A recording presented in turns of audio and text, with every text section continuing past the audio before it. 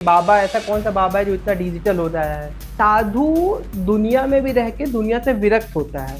आपकी fan following और ये डिजिटल होके एकदम फेम, ऐसा नहीं लगता कि मोह माया में अभी भी आप कहीं फंसे हुए हैं?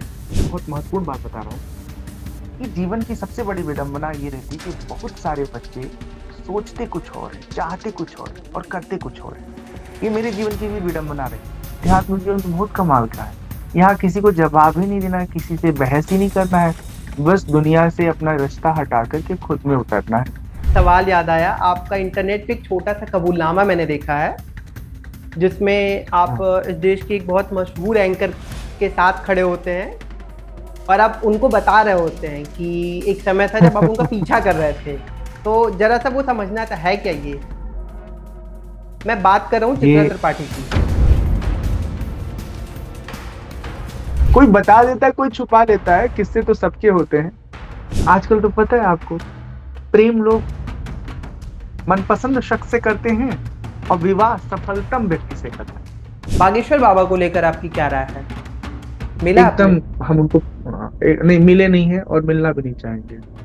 उनके प्रति मेरे दिल में अ, कोई उत्सुकता नहीं है कि मैं ऐसे व्यक्ति से मिलूं। लेकिन हमने पति को पिछले कई वर्षों में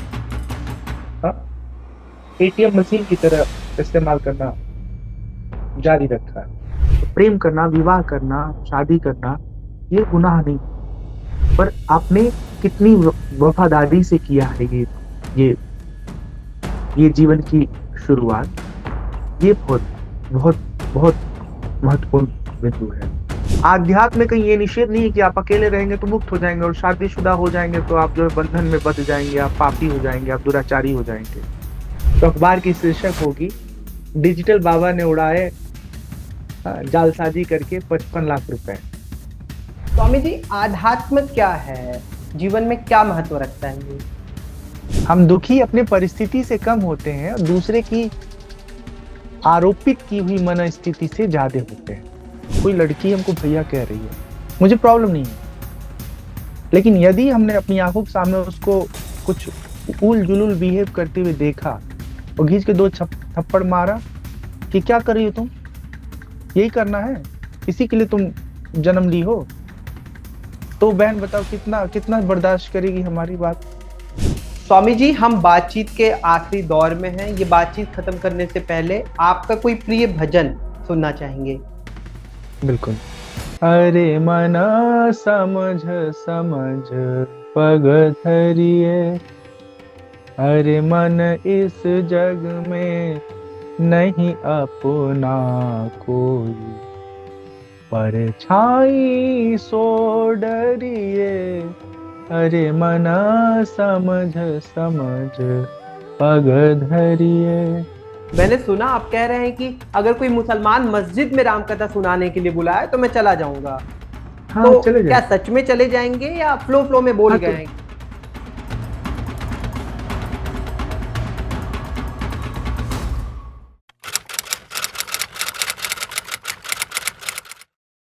आपने साधु तो बहुत देखे होंगे जो दुनिया से विरक्त होते हैं, पर्वत पर किसी आश्रम में रहते हैं, भगवान का नाम लेते हैं। लेकिन हम आज आपको एक ऐसे साधु से मिलवाने जा रहे हैं जो हाईटेक है, जो डिजिटल है, जो रिलेशनशिप और फैमिली पर खुलकर बोलते हैं, जो कम उम्र में ही जीवन का ऐसा ज्ञान समेटे हैं जो आपको चौंका देगा, जिसने अपने जन्मदिन पर अपना घर छोड़ दिया, जो मस्जिद में राम कथा सुनाने की इच्छा रखते हैं, जो उन तमाम मुद्दों पर खुलकर बोलते हैं जिस पर बड़े बड़े वक्ता बोलने से हिचकते हैं, सोशल मीडिया पर जिनकी तगड़ी फैन फॉलोइंग है और जो अपने अतीत को छिपाते नहीं हैं।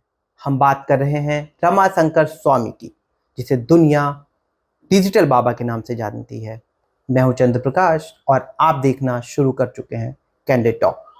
समय के हिसाब से जो ढल जाता है वो समय के साथ चल पाता है, जो नहीं ढल पाता वो बहुत पीछे छूट जाता है। आज का जो दौर है, उस दौर में हम देख रहे हैं जिनके लिए हम अच्छी बातें बताते हैं, वो आयु वर्ग बहुत बड़ी संख्या में इंटरनेट पर उपलब्ध है। सोशल मीडिया, फेसबुक, इंस्टाग्राम, हाँ जी। यूट्यूब। तो मेरी कोशिश यही रही कि अपने पीढ़ी के आस पास वाले आयु वर्ग को हम कुछ अच्छी बातें बताएं, क्योंकि जो हमसे बड़े आयु के लोग हैं वो तो पहले से ही बहुत कुछ सीखे हैं, समझे हैं, जाने हैं। पर जो हमारी पीढ़ी के आसपास के आयु वर्ग के युवा हैं, युवती हैं, उनके सामने जीवन को सही तरीके से जीने के जो ढंग है ना, समझ है, उसका लगातार अभाव देखा जा रहा है। साधु दुनिया में भी रह के दुनिया से विरक्त होता है, जी। लेकिन आपकी फैन फॉलोइंग और ये डिजिटल होके एकदम फेम, ऐसा नहीं लगता कि मोह माया में अभी भी आप कहीं फंसे हुए हैं? मोह माया एक ऐसा आकर्षण है कि बहुत दूर तक हम फंसे रह जाते हैं, बहुत दूर तक फंसे रह जाते हैं। मेरे लिए अच्छी बात यह है कि मैं फंसने जैसा फंसा नहीं हूँ। मैं अपने उद्देश्य की प्राप्ति के लिए इन संसाधनों का उपयोग कर रहा हूँ। और अभी भी मैं अपने जीवन में स्थायी रूप से पहाड़ में रहता हूँ, जहाँ पर बहुत एक्सपोजर नहीं है, बहुत यहाँ पर चकाचौंध नहीं है। जब आप यहाँ कभी आएंगे हिमाचल के बैजनाथ में, तो आपको खुद अनुभव होगा कि बहुत इंट्रोवर्ट लोकेशन है। तो जीवन में दोनों का संतुलन जरूरी है। अंतर्मुखी भी हम रहते हैं, और जब लोगों से जुड़ करके काम करना होता है, कुछ अच्छी बातें बतानी होती हैं, कुछ अच्छा सीख देना होता है, तो आपको बहिर्मुखी भी होना पड़ता है। देखिए, निजी जीवन तो हर कोई जी रहा है ना। मतलब जिसके पास बुद्धि नहीं है, विवेक नहीं है, मतलब एक्सट्रीम बुद्धि विवेक की मैं बात कर रहा हूँ। ऐसे तो पशु को भी अगर आप डंडा दिखाओगे तो उसको समझ में आ जाता है कि हमको मारने के लिए कोई आ रहा है। लेकिन जीवन तो वो भी जी ले रहा है ना।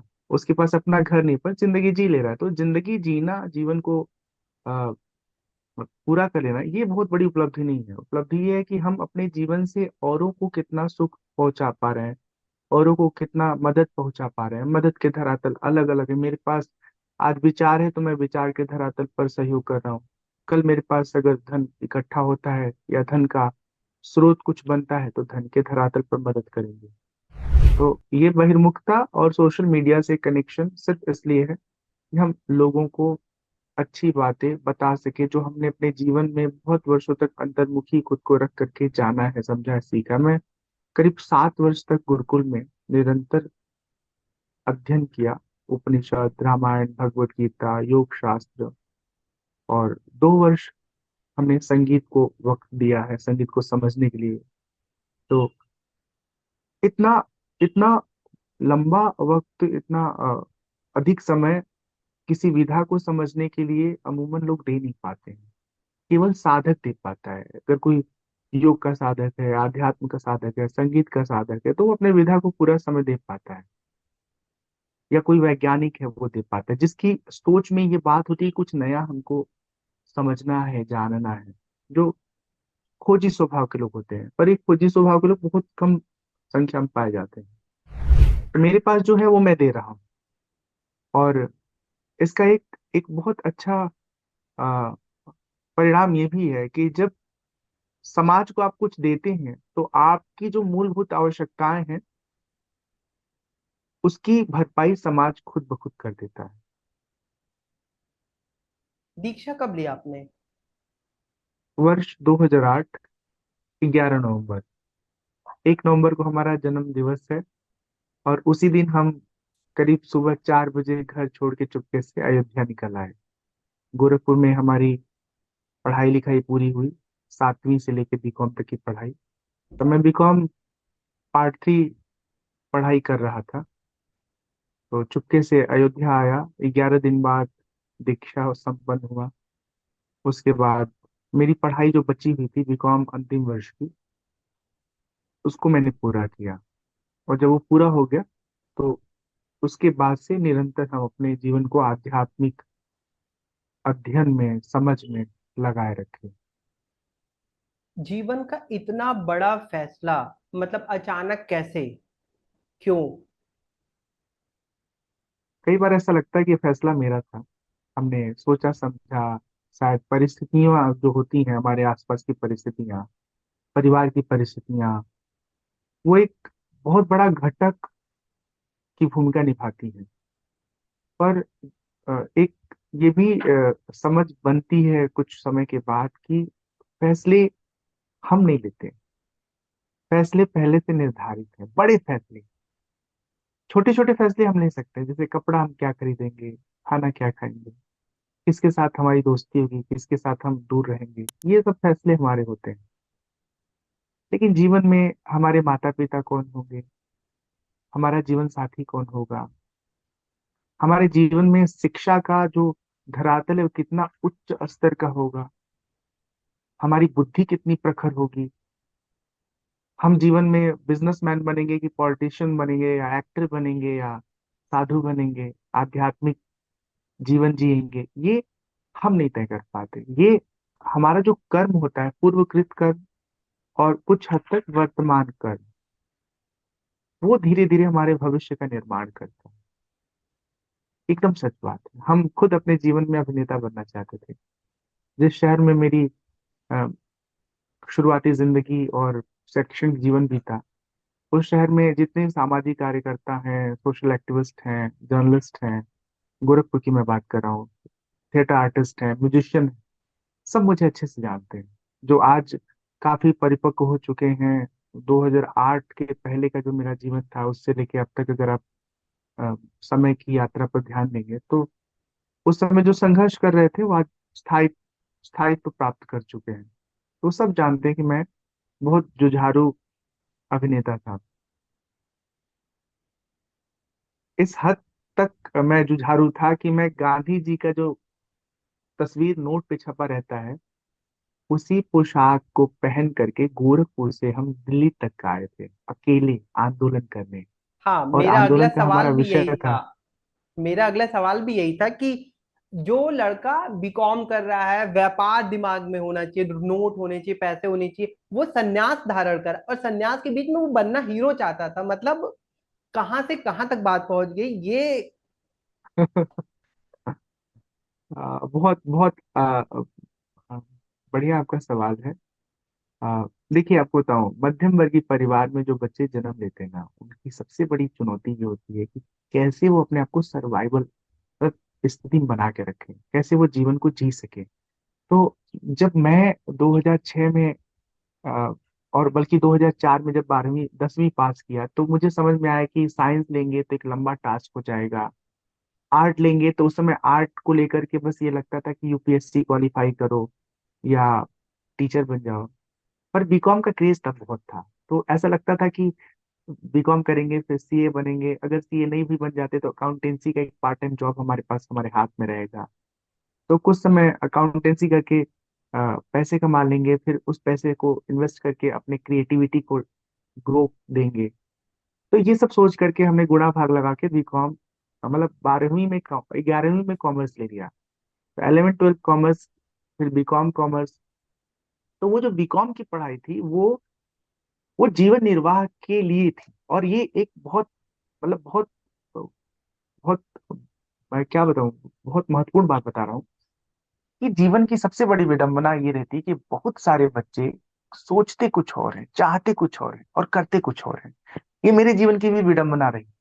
मैं आर्ट की तरफ झुकाव रखता था, लेकिन जीवन निर्वाह के लिए बीकॉम की पढ़ाई किया। यदि अ, थोड़ा सा साहस मैं लिया होता और बीकॉम न करके मैं आर्ट के बारे में सोचा होता, आर्ट के ही साथ रिलेटेड सब्जेक्ट को पढ़ा होता, जैसे अगर मैं कॉमर्स की जगह नॉर्मल सब्जेक्ट लिया होता, फिर बाद में बीकॉम की जगह मैंने बीए किया होता, हिंदी साहित्य पढ़ा होता, तो शायद साहित्य के क्षेत्र में मेरी समझ और विस्तृत हुई होती, क्योंकि नाटक, अभिनय, काव्य, ये सब साहित्य विधा से संबंधित है। लेकिन वो जीवन को अ, जीने की जो एक चुनौती है ना, उसमें सबसे बड़ी समस्या आती है पैसे की आवश्यकता। और साहित्य कला ये पैसा तुरंत नहीं दे पाता है। अगर आपको डेबिट क्रेडिट ठीक से मालूम हो और आप इनिशियल एज में अगर अकाउंटेंसी मैनेज कर लेते हैं तो आपको आज भी 15 20 25 हजार रुपये मिल जाएंगे आराम आराम से। लेकिन अगर आप संगीत के बहुत अच्छे कलाकार हैं और आप पिछले 5 साल से सीख रहे हैं, अच्छा गा भी ले रहे हैं, तो भी आपके सामने हमेशा चुनौती बनी रहेगी कि क्या आपको प्रोग्राम मिल पा रहा है, हाँ आप अपनी मार्केटिंग कर पा रहे हैं। एक एक जो निश्चित आय का स्रोत है, उसकी चुनौती हमेशा बनी रहती है अभिनेताओं की जिंदगी में, कलाकारों की जिंदगी में, रचनाधर्मी लोगों के जीवन में। तो फाइनली मैं कहूंगा कि रिस्क लीजिए, अगर आपको कुछ अच्छा करना है तो रिस्क लीजिए, और जो आप दिल में चाहते हैं वही पढ़ाई का विषय बनाइए। ये दूसरे दूसरे विधाओं में अपने आप को जब हम अ, किन्हीं भी समझदारी के कारण सोचते हैं ये सही होगा, उसमें हमारी ऊर्जा बढ़ जाती है। अच्छा, दूसरा आपके सवाल में ही जो दूसरा उसका हिस्सा था कि बीकॉम और फिर अभिनय और फिर संन्यास। तो संन्यास की कहानी जैसा कि इससे थोड़ी देर पहले हम लोग बातचीत में बताए थे कि हम जीवन में तय नहीं करते हैं। जीवन के हमारे पूर्वकृत जो कर्म होते हैं, जो संस्कार रूप में हमें मिलते हैं, जो समझ रूप में मिलते हैं, और कुछ इस जीवन का जो परिदृश्य है हमारे आसपास का, हालात है, परिस्थिति है, वो हमको उत्प्रेरित करता है कि जीवन क्या इतना ही है, या इससे हट के भी कुछ और हो सकता है। तो जब हट के जीवन हमने देखा, समझा, जानने की कोशिश किया, तो समझ में आया कि अरे आध्यात्म जीवन तो बहुत कमाल का है। यहाँ किसी को जवाब ही नहीं देना है, किसी से बहस ही नहीं करना है, बस दुनिया से अपना रिश्ता हटा करके खुद में उतरना है। अच्छा, आपको एक बहुत रियल बात बता रहे हैं, एकदम वास्तविक बात, कि वैराग्य के कारण हम आध्यात्म में नहीं आए थे, हम सुख सुख और आनंद की खोज में आए थे। जैसे दुनिया आपको नीरस लगने लगे और फिर आप दुनिया को छोड़ करके आध्यात्म में आते हैं, तो एक तो वो स्थिति होती है। और एक वो स्थिति है कि दुनिया ठीक है, दुनिया से कोई नफरत नहीं है, घृणा नहीं है, संबंधों से कोई हमको परहेज नहीं है, लेकिन ये मालूम है कि वो संबंध बहुत बहुत रसीले नहीं है, खोखले हैं। और ये समझ में आ जाए कि आध्यात्म एक ऐसा विधा है जहां पर आप अपने आप से जुड़ करके जो सुख का मूल स्रोत है जीवन में ना, उस उससे आप लाभान्वित होने लगते हैं। ये ये इतनी प्रगाढ़ समझ उस आयु में नहीं थी, लेकिन ये तो समझ में आता था कि ये जीवन में कोई जवाब हो अब नहीं देना है किसी को, कोई किसी से बहस नहीं करना है, न कोई जमीन का झगड़ा है, न कोई प्रॉपर्टी का झगड़ा है।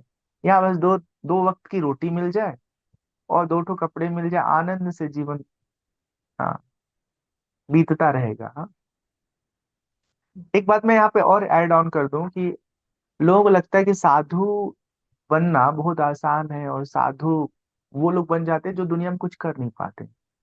कुछ ऐसे भी लोग होते हैं जो कुछ नहीं कर सकते, वो साधु बन जाते हैं, पर जरूरी नहीं कि सब साधु ऐसे ही। बहुत सारे आपको ऐसे साधु, सन्यासी, आध्यात्मिक साधक मिलेंगे जो अपने संसारी दुनिया में बहुत उच्च स्तरीय पढ़ाई, बहुत बहुत सफल जीवन जीने के बाद उनको समझ में आ गया कि जिस दुनिया में हमने इतना वक्त दिया, उस दुनिया में हमारे लिए कुछ नहीं, केवल मेटलिस्टिक थिंग्स है। आप पैसा कमा सकते हैं, आप घर बना सकते हैं, आप गाड़ी खरीद सकते हैं, लेकिन सुख का जो स्थायी अनुभव है वो आप दुनिया में दुनिया की चीजों से नहीं हासिल कर सकते। अब कोई प्रेमी है, उसको प्रेमिका से मिलना बड़ा अच्छा लगता है, बातें करना बड़ा अच्छा लगता है, पर कितनी देर हो। जिन जिन लोगों ने प्रेम किया होगा, फिर प्रेमिकाओं को हासिल कर लिया होगा, फिर शादी कर लिया होगा, उनको सबको मालूम है। कई बार लोग कहते हैं अरे अब पहले अच्छा था, अब कहाँ फंस गए हम यार, हद हो गई मतलब। तो अच्छा। हम हाँ, हाँ, आप तो हम जो कंटिन्यू। ढूंढते हैं सुख ना, जो सुख ढूंढते हैं हम, वो सुख नासमझी की स्थिति में तो लगता है कि सब कुछ बाहर से मिल जाएगा। थोड़ा सुख बाहर से मिलता है, और जो बाहर से सुख मिलता है इंद्रियों के माध्यम से, विषय के सन्निकर्ष से, विषय के भोग से, वो मूल रूप से बाहर का सुख नहीं होता, वो होता भीतर का ही सुख है। बस हम इस बात की सूक्ष्मता को समझ नहीं पाते, और हमें लगता है हमने समोसा खाया तो सुख मिला।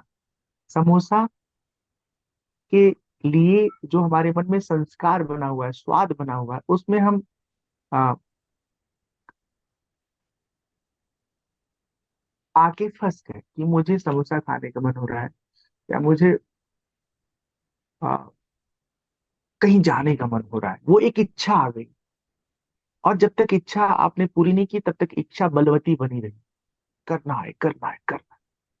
और जैसे इच्छा पूरी हुई ना, वो इच्छा कुछ क्षण के लिए तिरोहित हो गई, मतलब खत्म हो गई। और दूसरी इच्छा प्रकट नहीं हुई है। तो जो एक इच्छा समाप्त हुई है और उसके बाद जो काल ऐसा है कि दूसरी इच्छा प्रकट नहीं हुई है, जो बीच का कालखंड है ना, उस समय हम पूरी तरह अपने आप में डूबे होते हैं। तो जो जो इच्छा रहित जो कालावधि है, वो कालावधि हम अपने आप के साथ जुड़े होने के कारण जो अंदर का सुख है ना, जो शांति का सुख है, उसको हम अनुभव कर पाते हैं। ये चित्रा त्रिपाठी जी हैं और एनसीसी कैडेट भी रही हैं, और इन्हें नहीं मालूम है लेकिन एक वाक्य मैं बताता हूँ। ये बहुत सुंदर अभी भी हैं, तब भी बहुत सुंदर थी। तो हम जूनियर डिवीज़न में थे और ये एसडी बीए वाले में थी। तो ये साइकिल से परेड करने आई और परेड करके जाने लगी। हम कि इतनी सुंदर लड़की, चलो पीछा करते हैं। ये क्या हो रहा है जब अभी? ये विश्वविद्यालय में घुसी ना, तो हमने अपना साइकिल मोड़ लिया कि भैया ये बहुत सीनियर हैं, इनकी इज्जत करो, इनका नहीं तो सम्मान पिट करो। जाएंगे, है ना? नहीं, हाँ। पिटने का तो चांस नहीं था क्योंकि मैंने कोई लिमिट क्रॉस नहीं किया था। बट बच्चे ऐसी गलतियां, हम ही नहीं, बहुत सारे बच्चे ये करते हैं। भगवा पहन के इस हाँ। तरह की बोली बोलने वाले जो लोग हैं, हाँ, हाँ। हैं, समझ में आ रहा है क्या बोल फिलहाल रहे हो हम आप? विश्वविद्यालय में हैं, भगवा पहने, और मेरे जीवन का अपना एक अनुशासन है। लेकिन जो एक लाइफ का ऐसा फन होता है, एक इंस्टिंक्ट इमोशन आपका होता है। आप सोचो, आपको कभी उस उम्र में कोई फॉलो किया, आज पता चला। हाँ? आपके पतिदेव से भी मैं बता चुका हूँ ये घटना। तो ये सुख, जीवन, प्रेम के बीच में मुझे एक सवाल याद आया। आपका इंटरनेट पे एक छोटा सा कबूलनामा मैंने देखा है, जिसमें आप हाँ। इस देश के एक बहुत मशहूर एंकर के साथ खड़े होते हैं और आप उनको बता रहे होते हैं कि एक समय था जब आप उनका पीछा कर रहे थे। तो जरा सा वो समझना था, है क्या ये? मैं बात कर रहा हूँ चित्रा ये, त्रिपाठी की। हाँ, मैं समझ गया। हम एनसीसी कैडेट में जूनियर डिवीजन में थे, और वो सीनियर डिवीजन में दो दो तरह के सीनियर होते हैं। एक जो 11th 12th वाले कैडेट होते हैं उनको भी सीनियर कहते हैं, सीनियर कैडेट, एसडब्ल्यू। और जो बीए बीकॉम में एनसीसी लिए होते हैं उनको भी एसडब्ल्यू कहते हैं। और जूनियर मतलब 9th 10th वाले। तो हमको लगता है हम शायद 10th में रहे होंगे, और चित्रा जी जो है वो बीए पार्ट 1 या पार्ट 2 में, मे भी पार्ट 3 में रही होंगी। तो हमारा कभी कभी एक साथ परेड होता था। हम दोनों का जो बटालियन था, 44th बटालियन गोरखपुर। और हमारा स्कूल का जो कैंपस था कॉलेज का, बहुत बड़ा था। तो सब अलग अलग स्कूल के बच्चे जो 44 बटालियन से एसोसिएटेड कॉलेज थे, वो इकट्ठा आके परेड करते थे। खासतौर पे जब कभी कोई कोई फंक्शन या कोई आयोजन विशेष होता था। तो मुझे याद है ठीक से कि वो हमारे कॉलेज में परेड करने आई थी।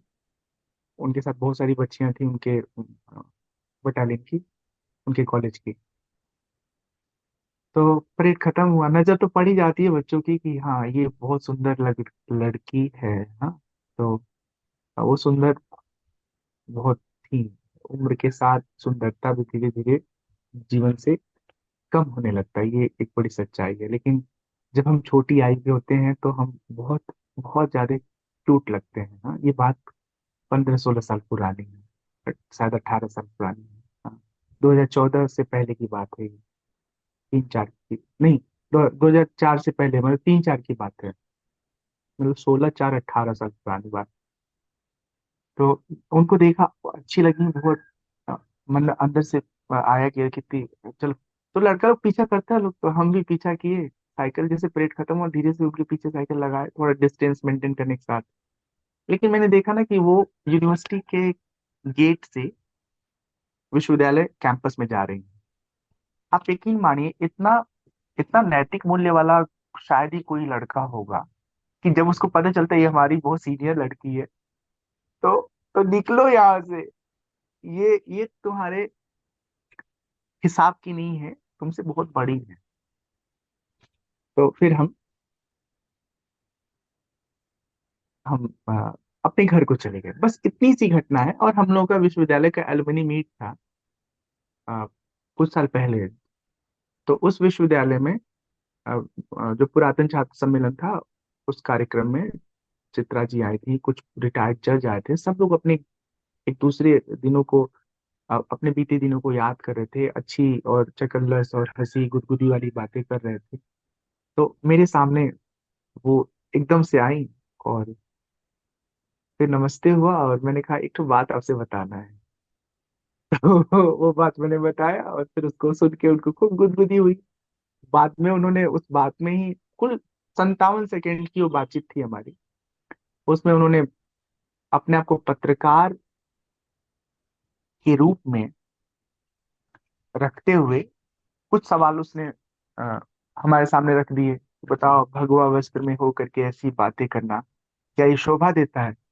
तो ये बात सुन करके क्या वो बड़ी बड़ी उनको दया, ऐसे ही बता रहा हूँ। एक एक विद्यार्थी जो अपने जीवन के अतीत को आपसे साझा कर रहा है एक खास कार्यक्रम में, वो अतीत की बात कर रहा है, तो उसके वर्तमान को उसमें काहे ला रहे हो? नहीं लाना चाहिए। बचपन में हम सब खेले कूदे हैं, शरारतें किए हैं। अगर बचपन की बातें आप से कोई करे और आप उसकी समझदारी के साथ उसको सवाल करो कि बताइए ये शोभा देता है? अरे बचपन में जो हुआ सो हुआ। हाँ, वो उस उम्र की बात थी, अब इस उम्र की बात है। हाँ, तो खैर वो अच्छा अनुभव था मुझे, उस बात से कोई शिकायत नहीं है, बड़ा लेकिन अच्छा लगा। अ, अभी भी वो कभी मिल जाती है सामने से तो हेलो हाय हो जाता है। तो ठीक है। हाँ, कोई कोई बता देता है, कोई छुपा लेता है, किस्से तो सबके होते हैं। हाँ ये बहुत सच्ची बात की मतलब है। आप अभी वर्तमान में जैसे हम एक साधु मान के चल रहे कि ये साधु हैं, ये एकदम से श्वेत होंगे, अंदर से कुछ नहीं, ये लेकिन सच सच बोलना। हम अभी इस दौर में देख रहे बहुत सारे साधु हमारे सामने हैं, वो कहाँ से कहाँ पहुंच गए हैं। ना कोई इस तरह से चमके, लेकिन आज वो काल कोठरी में है। लेकिन सच बोलने की हिम्मत करना, ये अपने आप में एक बहुत बड़ी उपलब्धि है कि साधु सच बोल रहा है। इस वर मामले में बहुत मजबूत हूँ, बहुत मजबूत हूँ। मुझे साधु के वेश में या साधक के जीवन में बहुत एक्स्ट्रा अटेंशन नहीं चाहिए। जब शुरुआती दिन की बात करूं तो उस समय लगता था कि कितना अच्छा जीवन है, लोग कितना रिस्पेक्ट करते हैं, कितना आपको अटेंशन देते हैं, इज्जत करते हैं, नमस्ते करते हैं। मतलब कपड़ा देखा क्या कि लोग पैर छूने को तैयार हो जाते हैं। पर जब मैं धीरे धीरे स्पिरिचुअली मेच्योर हुआ तो हमको लगा कि तुम अंदर से डिजर्व करते हो कि लोग तुमको प्रणाम करें, तो उत्तर मिलता नहीं। तो समझ में आया कि जब तुम डिजर्व नहीं करते हो कि लोग प्रणाम करें, तो लोगों को प्रणाम करने के लिए आप अपॉर्चुनिटी क्यों देते हैं?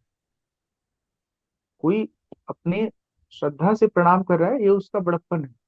लेकिन आप ये मत चाहो कि लोग आपको प्रणाम करें, आपको लोग बहुत सराखों पे बिठा के रखें। हम में और चंद्र प्रकाश जी आप में बहुत फर्क नहीं है, हम दोनों लड़ रहे हैं। हमारे परिस्थितियां अलग अलग हैं, पर हम संघर्ष दोनों कर रहे हैं। हम चाहते हैं कि हमारे भीतर की कामनाएं वासनाएं एकदम शिथिल हो जाए, शांत हो जाए। हमारा तरीका अलग है, आपका तरीका अलग है। पर ये हम नहीं कह सकते कि हम निष्काम हो चुके हैं, हमारे अंदर के सारे विकार समाप्त हो चुके हैं, मैं देवतुल्य हो चुका हूँ। नहीं, अभी स्थितियां ऐसी नहीं है, बहुत लंबा सफर तय करना पड़ेगा। आपके इस मजबूत दिल से एक चीज और मुझे पता चली कि आ, क्लास तो मुझे नहीं ध्यान है, मतलब एक सेकेंड दूसरी घटना भी आपके बचपन से जुड़ी हुई है कि हाँ आप, मैंने सुना कि आपको किसी क्लास में कोई ट्यूशन में शायद, हाँ, आपके ट्यूशन में किसी हाँ हाँ। लड़की ने आपको कॉपी दिया था होमवर्क करने के लिए। आप उसके पीछे पूरा प्रेम पत्र लिख के दिए थे, सच है? नहीं, प्रेम प्रेम पत्र नहीं लिखा था। हाँ तभी जी। क्लास समय लगता है क्लास 10th की बात है ये। तो हम मैथ सब्जेक्ट पढ़ने के लिए जाते थे अपने टीचर के पास। उस टीचर से मेरा आज भी बहुत अच्छा रिश्ता है। अब काफी ओल्ड हो चुके हैं, उनके बच्चों से मेरी अच्छी फ्रेंडशिप है। भैया लोग हैं हमसे बड़े आज के, पर ये बात उन लोगों को नहीं मालूम है। तो उस क्लास में एक बालिका आती थी पढ़ने के लिए। तो धीरे धीरे ना हम लोग ट्यून हो गए, तो क्लास से पहले करीब 10 मिनट 15 मिनट पहले हम लोग पहुंच जाते थे, क्योंकि वहाँ बैठने का जगह नहीं होता था बहुत ज्यादा। इसलिए बहुत देर पहले तो नहीं पहुंच सकते थे, पर थोड़े समय पहले पहुंच जाते थे। कुछ समय खड़ा होके, कुछ समय कहीं बैठ करके बात बात करते थे हम लोग। या कभी सर एक क्लास से फ्री होके कभी चाय पीने जाते थे, तो 10 मिनट का गैप मिल जाता था। तो हम पहुंचते थे, और भी बच्चे आ जाते थे, दो तीन चार। तो वो पता नहीं कैसे धीरे धीरे अच्छी लगने लगी। तो एक दिन हमने उसका कॉपी लिया कि कुछ मुझे होमवर्क कंप्लीट करना है, और फिर कॉपी के बीच वाले पेज पे जहां से पन्ने निकाले जा सके, पीछे नहीं, उस बीच वाले पेज पे मैंने आई लव यू लिख दिया था उसको। तो फिर हम जब उसको कॉपी नेक्स्ट डे दिए, तो ये तो था कि उस आयु में बच्चे क्या करते थे, हम लोग भी किसी को कोई अपना नोटबुक दिया, फेयर कॉपी, मतलब जो रफ नहीं था, फेयर जो रफ और था, फेयर। तो हाँ, लेते समय हम लोग उसको चेक करते थे कि इसने इसको खराब तो नहीं किया है। हाँ, कोई सब्जी गिरा दिया, कुछ कचरा लग गया उसमें, तो वो चेक करते हुए उसका ध्यान उस पढ़ने पे गया, तो बोलिए क्या लिखे हैं आप। तो हमने कहा, हमको कुछ सूझा ही नहीं कि मैं क्या बोलूं। और पता है आपको, मैं बहुत ईमानदारी से कह रहा हूँ, उस समय प्रेम का कुछ अनुभव नहीं था। उस समय अच्छा लगना बस यही समझ में आता था कि ये सब कुछ है।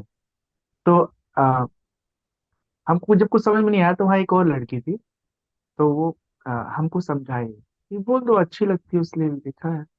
तो मैंने कहा यही तो मैं कहना चाह रहा था, पर समझ ही नहीं आया तो मैं क्या कहूँ। तो फिल्मों को देख देख के I love you, I love you, एक लड़का जब किसी को पसंद करता है तो कहता आई लव यू। तो मतलब मेरे लिए I like you, I love you था। लेकिन उस आई लाइक यू में भी प्रेम ही था, शब्द की समझ नहीं थी, पर भावना में तो पसंद करना मतलब कि प्रेम की बिल्कुल आरंभिक स्थिति है। पर उस घटना के बाद जो है हमारा फिर बहुत निकट संवाद नहीं हुआ, बहुत सामान्य सा जीवन रहा। फिर गंभीरता भी नहीं रहती उस आयु में, पढ़ाई लिखाई में हम सब खो गए।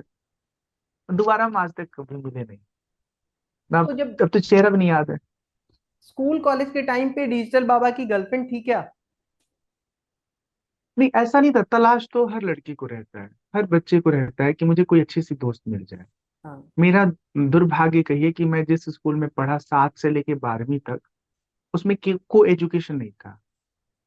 दुर्भाग्य ही उसमें सिर्फ कहिए। लड़के ही लड़के, लड़के लड़के पढ़ते। अब सुनो, अब मेरी इच्छा बड़ी प्रबल थी कि जब मैं 10+2 पास करूंगा तो यूनिवर्सिटी में जाऊंगा, वहां तो लड़कियां क्लास में मिलेंगी, फिर बातें होगी, शुरुआत होगा। वहां भी को एजुकेशन था। हमारा जो डिपार्टमेंट था उसमें लड़कियों का क्लास अलग चलता था, लड़कों का अलग चलता था। चांस ही नहीं था। बीच में फिर आध्यात्मिक जीवन शुरू हो गया। फिर आध्यात्म जीवन में जब हम प्रवेश किए तो वहां पे को एजुकेशन मिला हमको। फिर एक दिन की बात है, एक लड़की जो हमारे ही तरफ पूर्वांचल की थी, मुझे मालूम चला, तो मैं उससे हालचाल लिया, कैसी हैं आप, कहाँ से हैं आप, बस इतना ही पूछा था। हमारे टीचर ने हमको ऑफिस में बुलाया, मतलब अपने अपने निवास स्थान में। बोला कि मैंने आपकी बातें सुनी हैं कि आप पूछ रहे थे कैसी हैं, कहाँ से हैं। तो ये बताइए, घर परिवार छोड़ के इनसे परिचय बनाने आए हैं कि आध्यात्म को समझने आए हैं? यदि आपने आगे से इस तरह की कोई कोशिश की तो मैं आपको स्कूल से तुरंत बाहर कर दूंगा, गुरुकुल से बाहर कर दूंगा। फिर आप वहां जाइएगा, जो करना है कीजिएगा। यहाँ रहना है तो आपको हमारे अनुशासन में रहना होगा। और आप समझिए कि ये इतना बड़ा अनुशासन होता है युवा जीवन में, जब आपके सामने ठीक लगने वाले लोग होते हैं विकल्प के रूप में, और आपको बात करने की इजाजत ना हो, और फिर भी आप उस शर्त को स्वीकार करके अपनी जिंदगी जीते हो। ये बहुत बड़ी तपस्या है। तो हम स्वीकार किए, हम कहे कि नहीं, अब हम किसी से बात नहीं करेंगे, किसी से कोई हालचाल नहीं लेंगे, सिर्फ हम पढ़ाई करने आए, पढ़ाई करेंगे। और अब समझ में आता है कि अगर उस आयु में हमको इतने अनुशासन के साथ नहीं रखा गया होता, तो फिर बह जाते हम लोग इमोशन। तो डिजिटल बाबा आगे तलाश जारी है, शादी करना चाहते हैं, घर बसाना चाहते हैं, प्रेमिका ढूंढ रहे हैं। हाँ, ढूंढ रहे हैं। प्रेमिका ढूंढ रहे हैं। बिल्कुल ढूंढ रहे हैं, बिल्कुल ढूंढ रहे हैं। प्रेमिका ऐसी जो हमारी तरह हो, अंतर्मुखी हो, जो दुनिया के चकाचौंध में अ, फंसी ना हो, जिसको सिर्फ एक अच्छे जीवन साथी की तलाश हो। ऐसी जीवन साथी अगर मिलती है तो मैं जरूर गृहस्थ जीवन में जाकर के आगे का जीवन जीना चाहूंगा। और जीवन का जो जायका रहेगा ना, तरीका रहेगा, वो ऐसा ही रहेगा कि मैटरिस्टिक चीजों से अपने आप को दूर रखते हुए आध्यात्मिक यात्रा में उन्नति करना। लेकिन एक सच्चाई आपको बताएं कि अगर आप ईमानदारी से विचार करेंगे ना, तो इस दुनिया में ज्ञान चाहे जितना हो जाए, पुरुष स्त्री के बिना और स्त्री पुरुष के बिना जब वो जीवन जीता है ना, तो वो जीवन खींच खाच के जी तो लेता है, लेकिन कुछ ऐसी भावनाएं उसकी अतृप्त रहती हैं, अधूरी रहती हैं, जिसको लेकर के उसके जीवन में हमेशा मलाल रहता है। खाली इंद्रिय जन्य सुख ही सबसे बड़ा सुख नहीं होता है। कोई आपके पास है, आपका ख्याल रख रहा है, कोई फिक्र कर रहा है, कोई आपकी जरूरतों में हर समय तत्पर नजर आ रहा है। हाँ, क्योंकि पिछले 15 साल में अकेले जी करके हम ये बात अच्छे से समझ चुके हैं कि आपका कोई कितना भी गाढ़ा मित्र है, आपका फॉलोअर है, वो आपके किसी काम का है नहीं। जब नितांत आपके निजी जीवन में कोई पीड़ा तकलीफ आती है, तो कोई उसे बांट नहीं सकता। एक हद तक केवल जीवन साथी, जीवन संगिनी उसमें शरीक हो सकते हैं। और हमारे पास बहुत पैसा है ना, तो लोग अपने स्वार्थ की सिद्धि के लिए, हो सकता है मेरा पैर भी दबाए, मेरा हाथ भी दबाए, मुझे स्नान भी करा दें, मेरे लिए भोजन भी बना दें, लेकिन मेरे पास जब कुछ भी नहीं, ऐसे हालात में मेरा कोई साथ दे सकता है, तो केवल एक अच्छे हृदय वाली जीवन साथी, जीवन संगिनी दे सकती है। कोई नहीं दे सकता। भाई, बहन, बच्चे, कोई नहीं दे सकता। सबको अपना पड़ा हुआ है। सिर्फ किस्मत से साथी मिल जाए, अच्छी किस्मत से। आजकल तो पता है आपको, प्रेम लोग मनपसंद शख्स से करते हैं और विवाह सफलतम व्यक्ति से करते हैं। ये रेशियो, ये विचारधारा, ये चतुराई अधिकतर लोगों में आपको पाई जाएगी। आप मतलब देख सकते हैं, पाई जा रही है। एक बालिका से हमारी बात हुई। उन महोदया ने हमसे पूछा कि आपकी सेविंग क्या है, आपका सोर्स ऑफ इनकम क्या है। मैंने कहा कुछ पता नहीं, सोर्स ऑफ इनकम कब कितना होगा। हाँ, मुझे खर्च अपना मालूम है। मैं महीने का जो भी आवश्यकता है वो 5,000 रुपये में पूरा कर लेता हूँ। एकदम सच बात है। 1,000 ब्रॉडबैंड, 1,500 दूध, 2,500 रुपया, और 2,500 में साग सब्जी, राशन और सर्फ साबुन। अधिक से अधिक किसी महीने में 6,000 खर्च होगा। जीवन साथी मिल जाएगी तो 6,000 और खर्च हो जाएगा, तो 10-12,000 में चल जाएगा माह का काम। तो उन्होंने कहा कि आप जितने में महीने भर गुजारा करते हैं, अगर हम बाजार में चले गए तो एक दिन में उतना खर्च कर देंगे।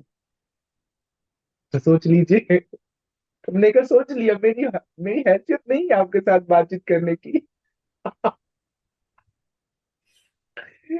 आ, वो बोली कि एक दौर में हम भी कभी आप जैसा सोचा करते थे, पर जीवन की वास्तविकता ये नहीं। जीवन की वास्तविकता ये है कि धन तो चाहिए, और आप ठहरे त्यागी प्रवृत्ति के व्यक्ति, आप धन का कभी संग्रह कर नहीं पाएंगे।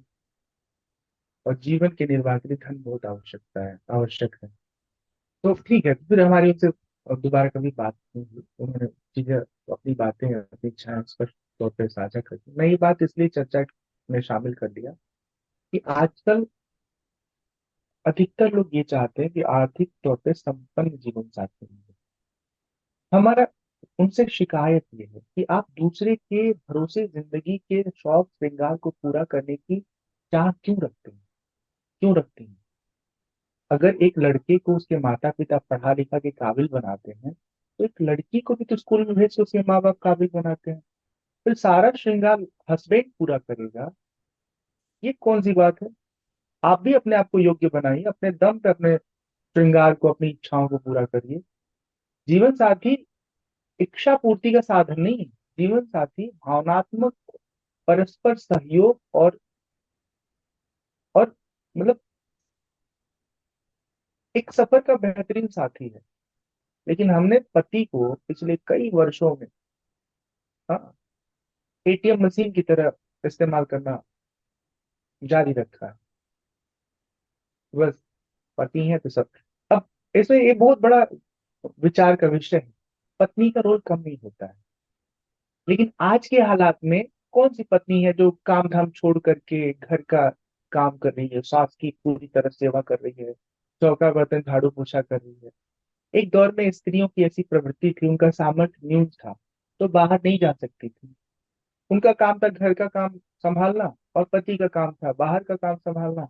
पति कमाता था तो जो ईमानदार पति होता था अपनी पत्नी को बिना मांगे इतना पर्याप्त दे देता था कि पत्नी एकदम खुश होती थी। और कुछ पति तो ऐसे महापुरुष थे, और अभी भी होंगे, जो सारी कमाई पत्नी को लाके पकड़ा देते थे। और पत्नी एकदम खुश है, खर्च कुछ नहीं कर रही है, और वो तो मौज में है। बताओ, 50,000 महीने का आया, सब हमारे जेब में रखा हुआ है। तो आज के की 25-50,000 दे दीजिए।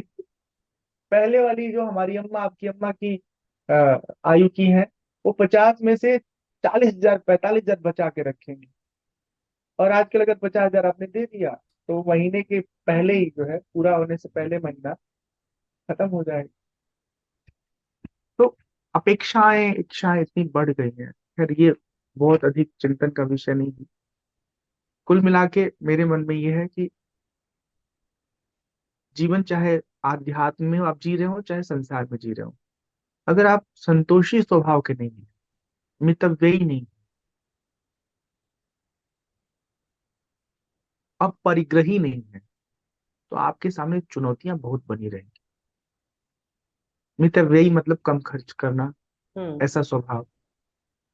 संतोषी मतलब जो हमारे मेहनत से मिल रहा है हम उसमें मौज करेंगे, दूसरे का नहीं देखेंगे कि इसके पास क्या है।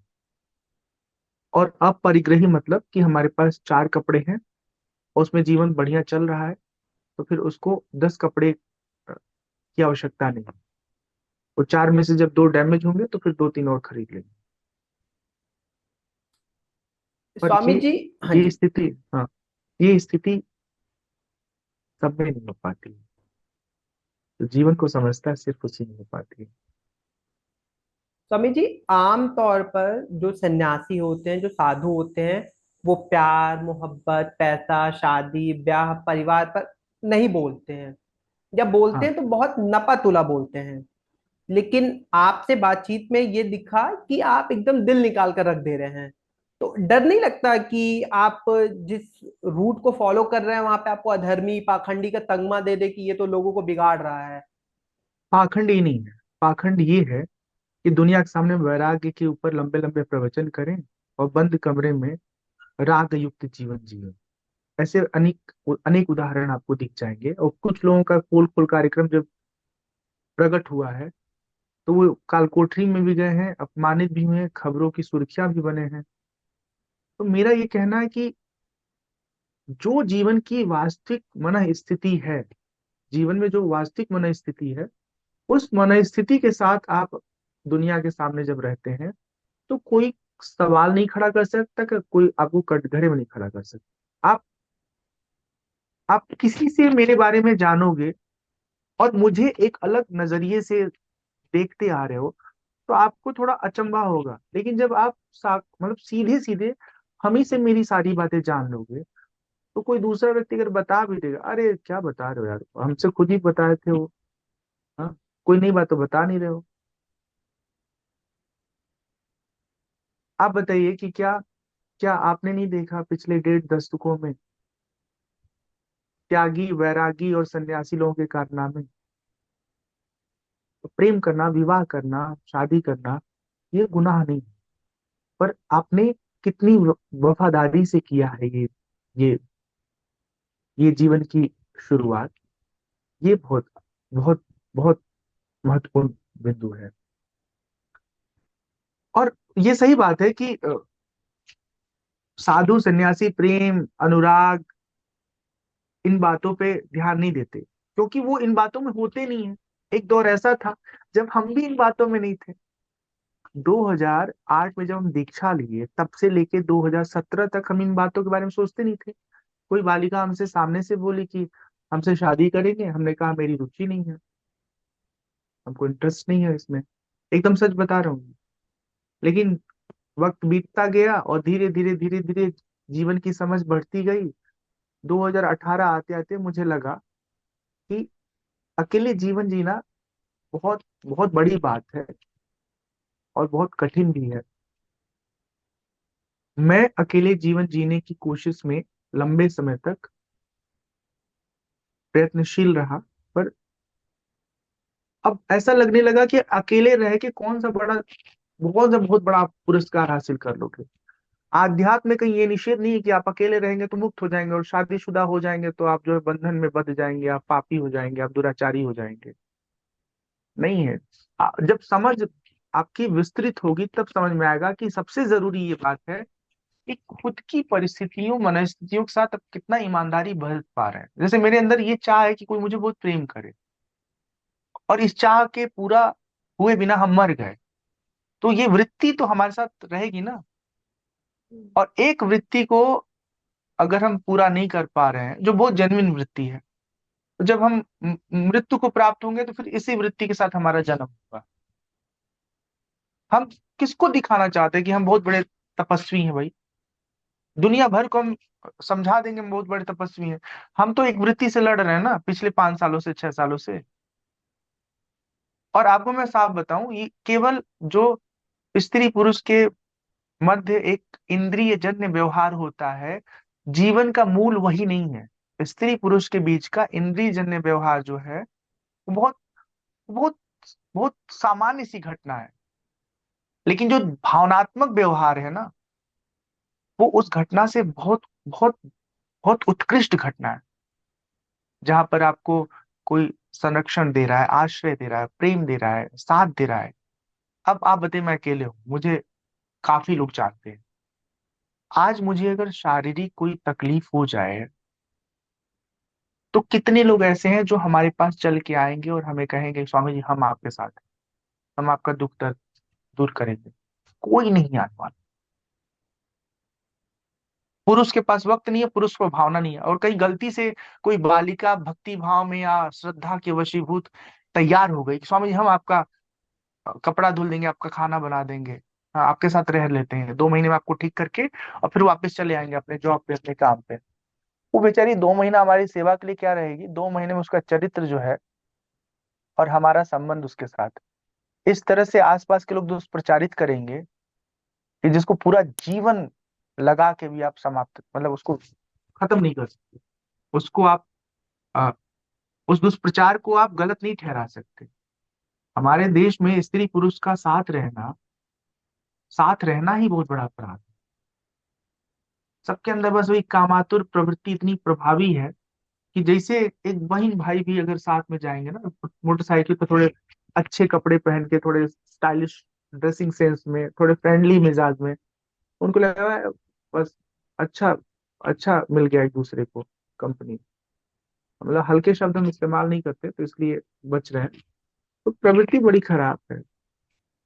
बेहतर है ना शादी करो, कोई आरोप नहीं रहेगा। अगर मेरी शादी हो जाती है, अगर हो जाती है, उसे मालूम नहीं होगी कि नहीं होगी, क्योंकि मेरे जीवन में जो मेरी अपेक्षा है जीवन साथी से वो बहुत बहुत अ, कठिन अपेक्षा है। हाँ, मतलब सब लोग उस अपेक्षा को पूरा नहीं कर पाएंगे।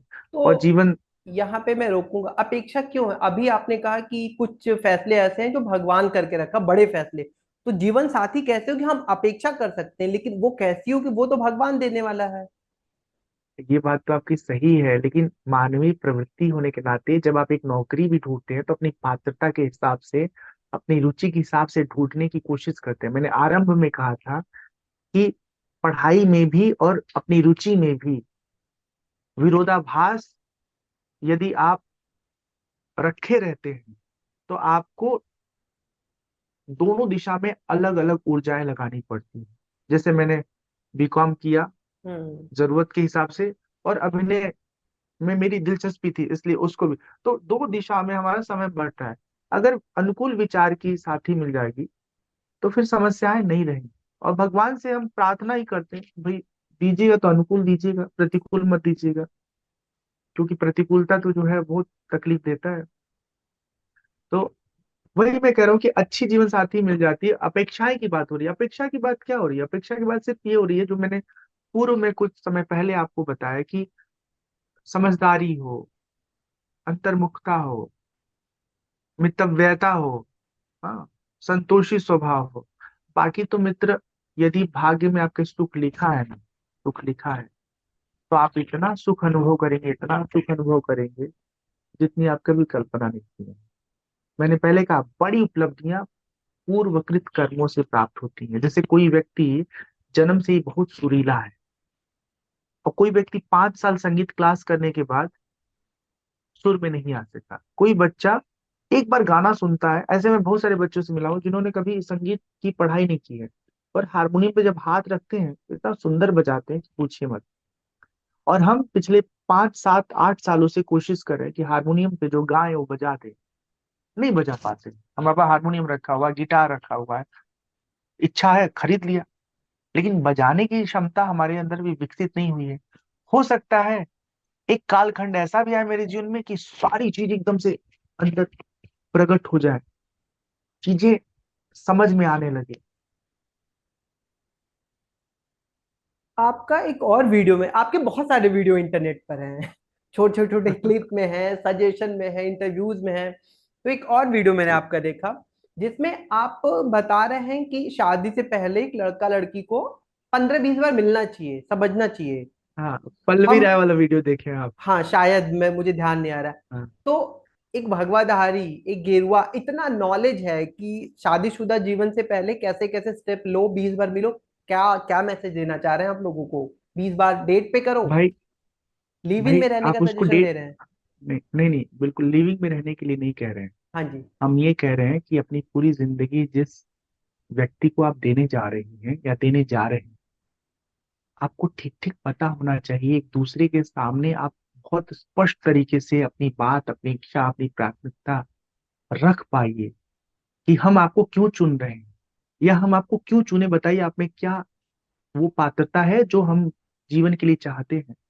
देखिए, बहुत सारे उदाहरण आपको मिल जाएंगे ना चंद्र प्रकाश जी, कि जहां पर शादी से पहले पति कहता है कि चिंता मत करो, तुमको गाना शौक है ना, गाने का शौक है, सीखने का हम सिखाएंगे। और शादी हो जाती है तो फिर वो सर पे चढ़ जाता है, कहता है कि देखो, मम्मी का सेवा भी करना है, घर का किचन काम भी करना है, सब लोग कह रहे हैं एक तो जल्दी से बच्चा पैदा कर लो, तो वो भी जरूरी है। बहुत सारी ऐसी बालिकाओं को मैं जानता हूँ, बड़ी उम्र की बालिकाओं को, जिनकी शादी होने के बाद उनका पूरा प्रोफेशन खराब हो गया। उन्होंने मास कम्युनिकेशन में पढ़ाई इसलिए किया था कि एक दिन मैं बहुत अच्छी पत्रकार के रूप में अपनी पहचान बनाऊंगी। शादी होने के बाद खाली वो अम्मा है, अपने बच्चों की मम्मी, पति की पत्नी और सास ससुर की बहू। उनके माता पिता ने बहुत अच्छे से उनको पढ़ाया था, ढेर सारे पैसे खर्च किए थे। उसका क्या?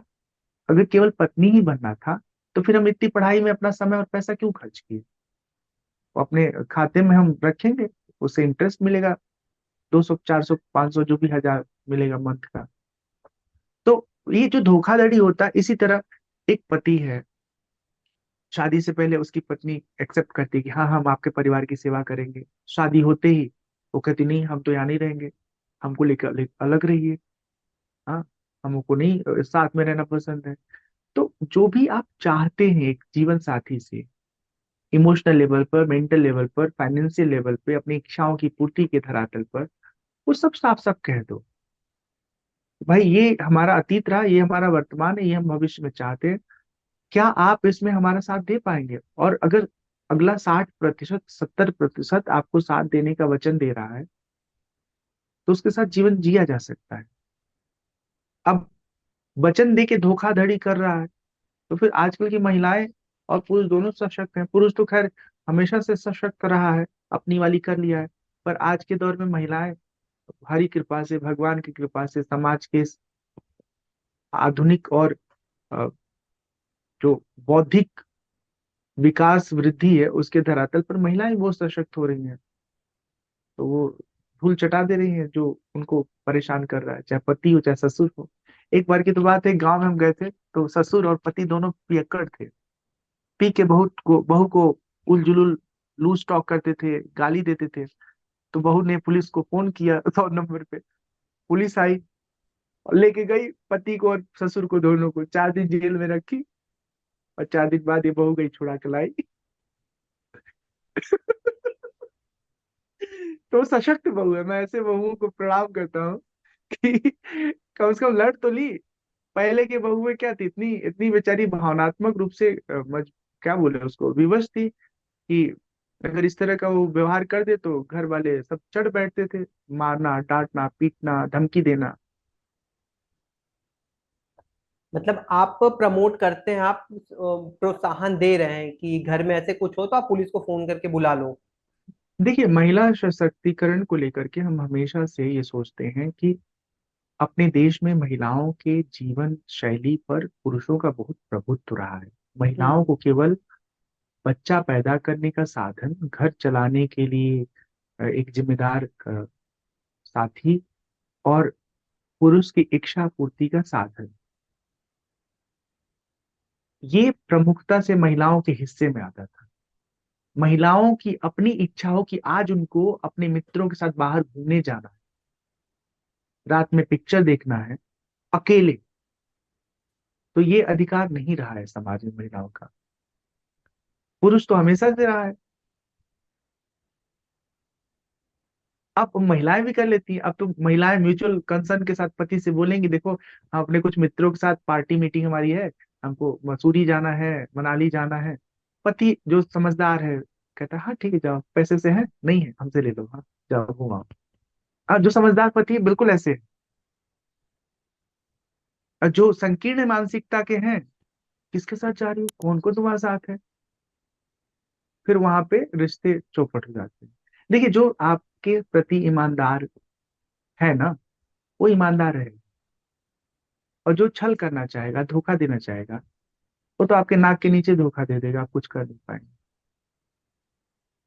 आप यूथ को सजेशन देंगे कि संन्यास लेना चाहिए, घर घर द्वार छोड़ के, परिवार छोड़ के संन्यास ले लो?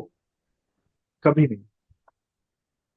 संन्यास मत लीजिए, अपने आप को योग्य बनाइए। और आपकी रुचि अगर आध्यात्म है तो आध्यात्मिक अध्ययन की दिशा में अपने आप को योग्य शिक्षकों के सन्निधि में रखिए, खुद को सीखिए, समझिए, पढ़िए। स्कूल से ऐसे हैं जहाँ पर आपको आध्यात्म की बहुत अच्छी पढ़ाई मिलेगी, समझ मिलेगा, अनुभव मिलेगा, उन स्कूलों में जाइए। हाँ, यदि आपके जीवन में सच में पूर्ण वैराग्य है, पूर्ण वैराग्य का मतलब ये है कि जब वैराग्य होता है तो संसार में हमको किसी भी विषय, वस्तु, व्यक्ति के प्रति अपने भीतर रत्ती भर भी आकर्षण नहीं होता है। अगर इस स्तर का आपके पास वैराग्य है तो फिर आप चाहे तो संन्यास ले सकते हैं। लेकिन संन्यास लेकर के फिर सिस्टम में आप, मतलब आश्रम के व्यवस्था में और व्यवहारिक क्रियाकलापों में आप उलझ रहे हैं तो आपका कुछ हित नहीं होगा उसमें। तो उससे अच्छा है कि घर में रह के अपना एनजीओ खोलो, सोशल वर्क करो। स्वामी जी, अभी धार्मिक उन्माद और वैमनस्यता बहुत बढ़ रही है, धर्म के नाम पे बहुत ज्यादा। आप कैसे देखते हैं इसको, क्यों है?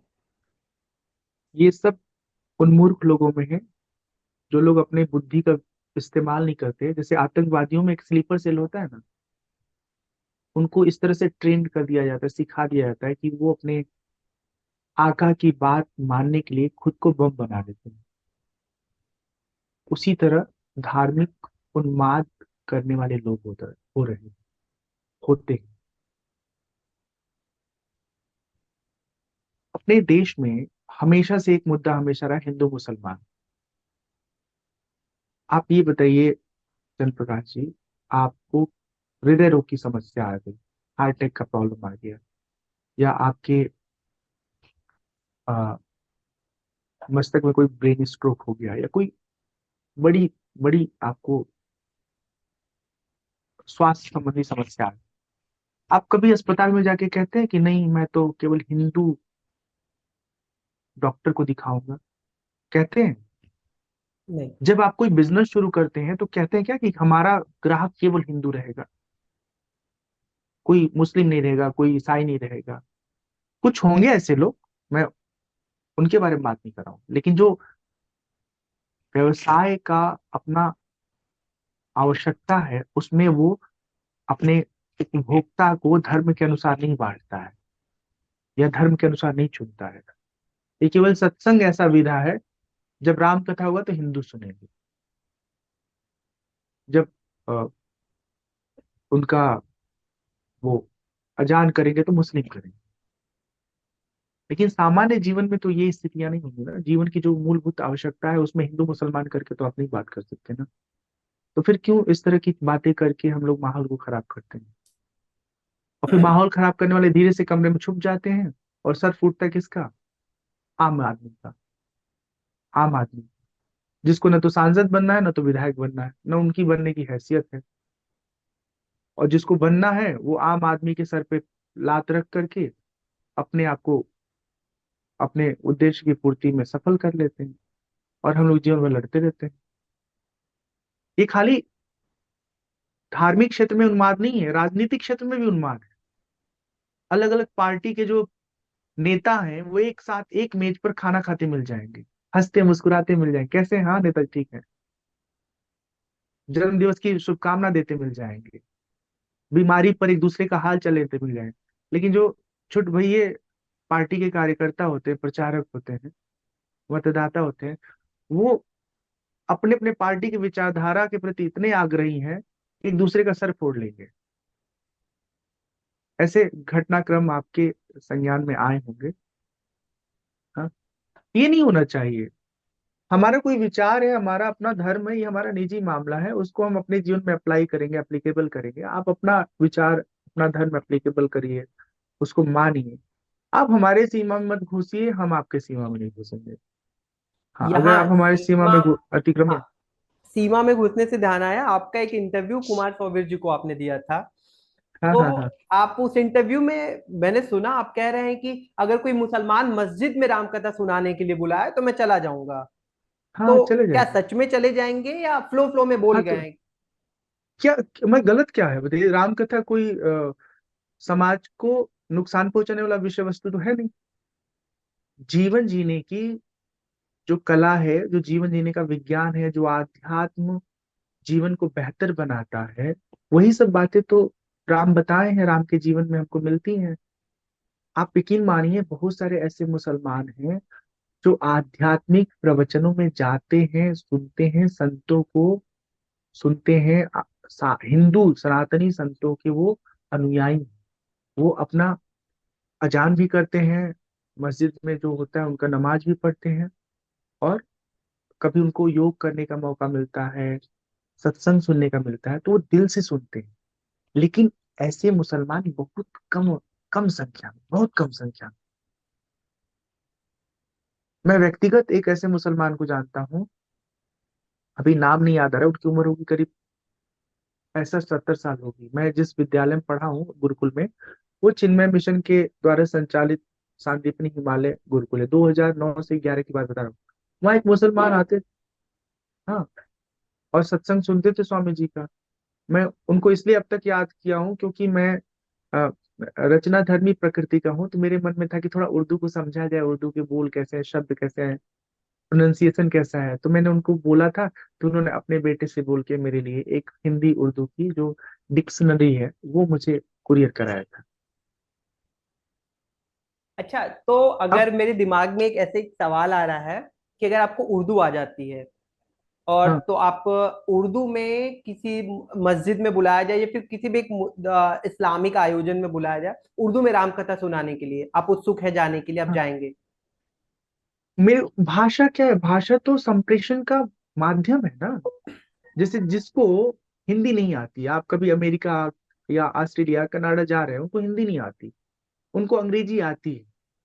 तो जो हम आपसे बात कर रहे हैं जीवन के बारे में, सुख दुख के बारे में, राग वैराग के बारे में, वही बात हम अंग्रेजी में करेंगे।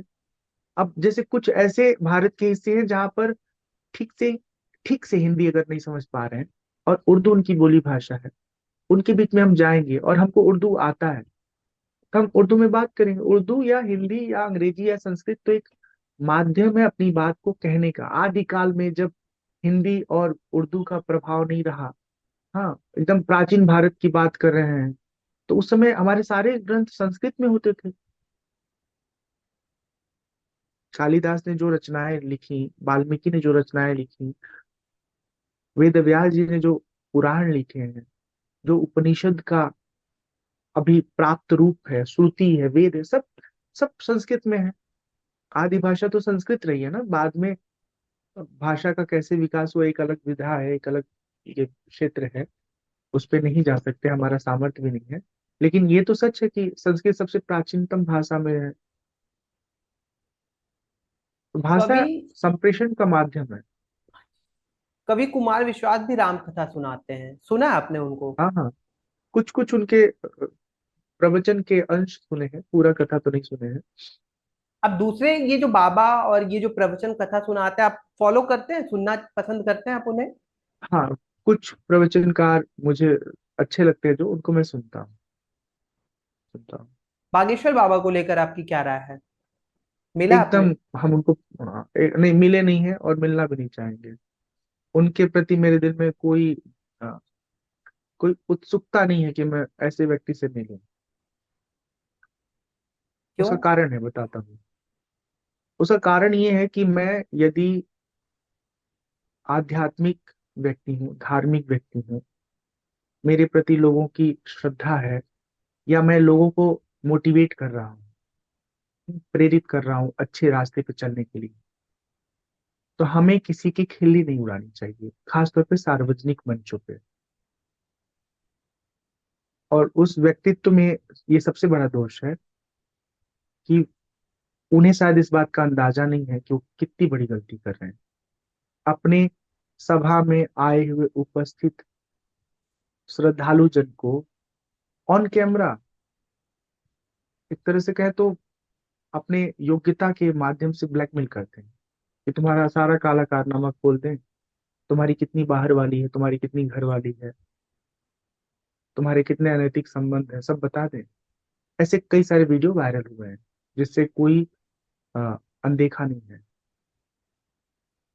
तो मान लीजिए कोई ऐसा व्यक्ति है जिसमें बहुत सारी कमियां हैं, वो मेरे सामने है, तो मैं उसका जो कमी है उसको सार्वजनिक करके उसके व्यक्तित्व को, उसके छवि को बर्बाद नहीं करना चाहूंगा। मैं उसको एकांत में बुलाऊंगा, कहूंगा देखो अपने इस कमी को दूर कर लो, जीवन तुम्हारा अच्छा हो जाएगा।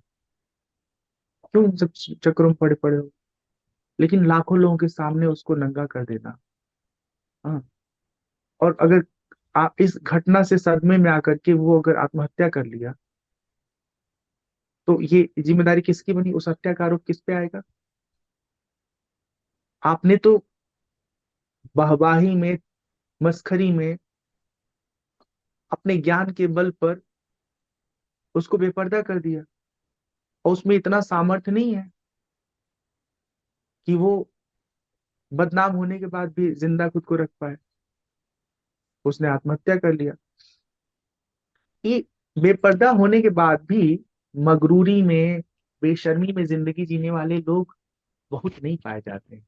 ये दो चार क्षेत्रों में ही मिलेंगे आपको कि दुनिया भर में बदनामी हो गई, फिर भी मुंह मुंह ऐसे सामने लाए खड़े पड़े हैं। हाँ, अटेंशन ले रहे हैं बेशर्मों की तरह। अब मैं नाम किसी का नहीं लूंगा, लेकिन बहुत सारे ऐसे लोग हैं जो अलग अलग धरातल पर बहुत बदनाम है, फिर भी उनको रत्ती भर उस बदनामी का मलाल नहीं होता। और इतने घाघ प्रवृत्ति के लोग ऐसे होते हैं कि उसके बाद भी अपने कुकृत्य को अंजाम देते रहते हैं। राजनीति में और हर दिलचस्पी क्षेत्र लेते हैं में, आप? राजनीति में मैं बस इतना कहना चाहता हूं कि हर मतदाता को अपना मतदान करना चाहिए और सही सही प्रत्याशी का चुनाव करना चाहिए। प्रत्याशी जो बौद्धिक धरातल पर उत्तम हो, वैचारिक धरातल पर ठीक हो, जो बाहुबली न हो, जो जनता के हक की बात ईमानदारी से कर रहा हो, उसका चयन करिए और एक स्वस्थ राजनेता को अपने लिए चुनिए, क्योंकि वही तो आपके हक की बात करेगा, आपके हित की बात करेगा। आप प्रवचन सुनाते हैं, कथाएं सुनाने जाते हैं, इस दौरान कभी कोई ऐसी घटना घटी हो जो आपको अक्सर याद आती है, या फिर मतलब आप शेयर करना चाहते हैं, अच्छा मोमेंट एक जो हंसी आती हो, जिसको सोच के सुन के, मजेदार कुछ? अब देखिए, अभी तो रिसेंट बताऊं मैं आपको, एक जो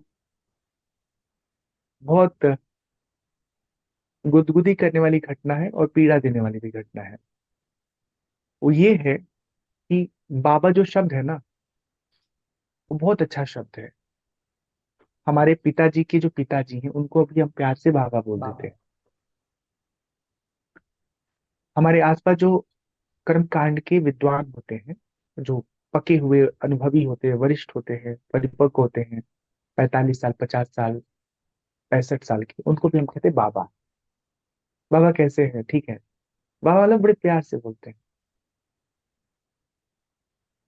हम जैसे जो लोग नजर आते हैं ऑरेंज कपड़े में या व्हाइट कपड़े में, उनको भी दुनिया में लोग प्यार से बाबा बोल देते हैं। बाबा ठीक है। पर ये बाबा जो है ना, आज के इस दौर में ठगी का पर्याय बन गया है। मतलब ऐसे समझिए, किसी सामान्य व्यक्ति ने डिजिटली ठगी किया तो अखबार की शीर्षक होगी, डिजिटल बाबा ने उड़ाए जालसाजी करके 55 लाख रुपए, 65 लाख रुपए। अब बात सुनिएगा, फिर आप अपनी टिप्पणी करिएगा। हाँ? मतलब डिजिटली उसने ठगी किया, तो आप ये डालो कि डिजिटल ठग ने चकमा दे करके, हाँ, उल्लू बना के ठग लिए 10 लाख रुपए। उसमें बाबा क्यों जोड़ रहे हो? लेकिन पिछले दिनों दो ऐसे अखबार जो बहुत नामी गिरामी अखबार है, अमर उजाला और टाइम्स ऑफ इंडिया, इन दोनों अखबारों के पत्रकार और संपादक एक जालसाजी ठगी की खबर को हेडलाइंस दी थे, डिजिटल बाबा। अब इस बात से हम क्यों प्रभावित हुए? मेरा नाम भी है डिजिटल बाबा। हाँ। अब मेरे नाम का तो मतलब ये है कि एक ऐसा बाबा जिसको पहले से ही लोग बाबा कहते थे, वो डिजिटली अपने कंटेंट को, अपने नॉलेज को एक्सप्लोर कर रहा है, यूथ के साथ कनेक्ट कर रहा है, और इस वजह से हमको लोग डिजिटल बाबा कहते हैं। मैंने ये नाम खुद नहीं रखा। ये नाम मुझे पहली बार आज तक के खबर में मुझे जर्नलिस्ट ने दिया था, मेरे काम करने के अप्रोच स्टाइल को देख करके। पर जब उस दिन मैंने, करीब 6-7 रोज पहले की घटना है, जब मैं एक खबर पढ़ा तो मुझे हंसी भी आई, खुद पे हंसी आई, उस पत्रकार पे हंसी आई, उस शीर्षक पे हंसी आई जो खबर का हेडलाइंस बना हुआ था। हाँ। तो जो आपने गुदगुदी हंसी वाली बात कही, तो ये एक अजीब सी स्थिति है। फिर मैंने भाव में आकर के ये सोचा कि अपने नाम से डिजिटल बाबा हटा देना है, नहीं रखना है डिजिटल बाबा। पता चला कानपुर में कोई ठगी कर रहा है, साइबर क्राइम कर रहा है, तो खबर छप रही, एक डिजिटल बाबा ने कांड कर दिया इस मामले में। पता चला कि बैंगलोर में कोई ऐसे कर रहा है, वहां भी डिजिटल बाबा हाईलाइट हो रहे हैं। मतलब हम तो अच्छा कर रहे हैं, लेकिन कुछ ऐसे दुष्ट लोगों के कुकर्मों के कारण ये डिजिटल बाबा बार बार हेडलाइंस बन रहा है। तो मैंने सोचा नाम हटा देते हैं। फिर हमारे बहुत सारे दोस्त जो है, जो हमको फॉलो करते हैं, जो हमको समझते हैं, कहते हैं ये बताइए, अब डिजिटल बाबा को हटा देंगे, कल के लिए पेपर की खबर बनेगी, राम शंकर ने, हाँ, उड़ाए 50 लाख रुपए अपने अंकल के खाते से। ठीक है, तो ठगी तो उसने भी किया, और आपका नाम रामशंकर, उसका भी नाम राम, तो रामशंकर बदल देंगे आप? नहीं बदलेंगे ना। कब तक नाम बदल? आप खुद के लिए जिम्मेदार हैं। आपके नाम से जुड़े लोग या आपके नाम से जुड़ा कोई खबर में क्या कहा जा रहा है, आप तब तक बेफिक्र रहिए जब तक कि आप खुद उस मामले में संलिप्त नहीं है। तो अब आपको सब बताओ।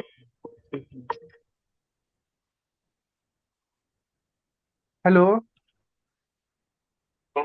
हाँ, आपको हम 1 घंटे बाद फोन करेंगे, एक इंटरव्यू में हम बैठे हुए हैं। जी गुरु जी, सादर प्रणाम गुरु जी। हाँ, 1 घंटे बाद प्रणाम का उत्तर देंगे। हाँ, खुश रहिए। तो ये एक गुदगुदी करने वाली बात है। और अ, बाकी जैसे मेरे कॉस्ट्यूम्स हैं, मैं कपड़े जो पहनता हूँ, जिस तरह से पहनता हूँ, अभी तो कैमरे में सब नहीं दिख सकता, तो उसको देख के गांव में कहते हैं लोग कभी कभी कि देख बाबा की साड़ी कितनी अच्छी है। हाँ, वो धोती में ना एम्ब्रॉयडरी होती है, गोल्डन जरी बॉर्डर जो होता है धोती में, सुंदर एम्ब्रॉयडरी होती है, तो उसको देख के कई बार सीधे साधे लोग लगता है कि अरे तो साड़ी पहन रहा था, फिर साड़ी नहीं है ये धोती है, अंगवस्त्र इसको कहते हैं। ये सब है। खुश, मतलब अच्छा अच्छा लगता है। डिजिटल बाबा नाम बहुत बहुत कमाल का नाम है, यूनिक नेम है थोड़ा। अटेंशन गेन करता है। छोटे बच्चे बड़े प्यार से बोलते हैं जब तोतली भाषा में डेजर्टी बाबा। स्वामी जी, आमतौर पर देखा जाता है जो सन्यासी होते हैं वो परिवार त्याग देते हैं, घर छोड़ देते हैं। सन्यास लेने के बाद उनको घर से कोई मतलब नहीं होता है। तो क्या डिजिटल बाबा भी घर छोड़ चुके हैं, पुरखों की संपत्ति छोड़ चुके हैं, घर में कुछ हो रहा है, कोई उत्सव है, शामिल नहीं होते हैं, ऐसा है क्या? आ, इस सवाल का उत्तर थोड़ा विस्तार से देंगे हम। हाँ जी। जब हम इस जीवन में आए थे, घर छोड़ करके आध्यात्म जीवन में आए थे, तब हमारी घर में जाने को लेकर के कोई दिलचस्पी नहीं थी। धीरे धीरे वक्त बीता और मैं समझदार हुआ तो हमको समझ में आया कि हम दुनिया भर में लोगों से मिल रहे हैं, और जिसने हमको जन्म दिया, पाल पोस के बड़ा किया, उसके प्रति हम परम विरक्त हैं। तो ये जो सोच है ना, इसमें इसमें कहीं न्याय हमको नजर नहीं आया। हमको ये बहुत बहुत निकृष्ट व्यवहार लगा। और मैं धन्यवाद दूंगा हमारे आचार्य को जो हमको ये बात समझाए कि प्रॉब्लम कहाँ है घर वालों से मिलने में। जिसने तुमको इस योग्य बनाया कि तुम सोच पा रहे हो, कुछ पढ़ाई कर पाए, उससे दूर क्यों होना। वैराग्य का मतलब दूरी नहीं है, वैराग्य का मतलब आंतरिक स्थिति में आसक्ति का न होना वैराग्य है। जब हमको समझ में आया तब हम अपने माता पिता से निरंतर जब जब अवसर मिलता है तब तब हम मिलते हैं। और ये सच है कि पिछले 15 वर्षों में हम कभी अपने माता पिता से मिलने के लिए उनके पास नहीं गए। पर जब समझ हमारी ठीक हो गई कि माता पिता से मिलना चाहिए, मिलने में कोई दोष नहीं है, ये समझ हमारी 2013 में ठीक हो गई थी, 2012 में। उसके बाद से जब कभी हमको अवसर मिला, हम गोरखपुर की तरफ गए कार्यक्रम करने या किसी यात्रा में, लखनऊ गए, बनारस गए या बिहार जा रहे हैं, तो जाते समय या आते समय हम 4 दिन, 5 दिन, 8 दिन, जितना समय मेरे पास होता है वो समय हम अपने माता पिता के साथ बिताते हैं। और उत्सव में जाते कि नहीं जाते हैं, तो इसका उत्तर ये है कि उत्सव के प्रति हमारी कोई दिलचस्पी नहीं है कि घर में कोई कार्यक्रम हो रहा है तो चले जाएं, कुछ मेहमान इकट्ठा हो रहे हैं तो चले जाएं, इसमें हमारी दिलचस्पी नहीं है।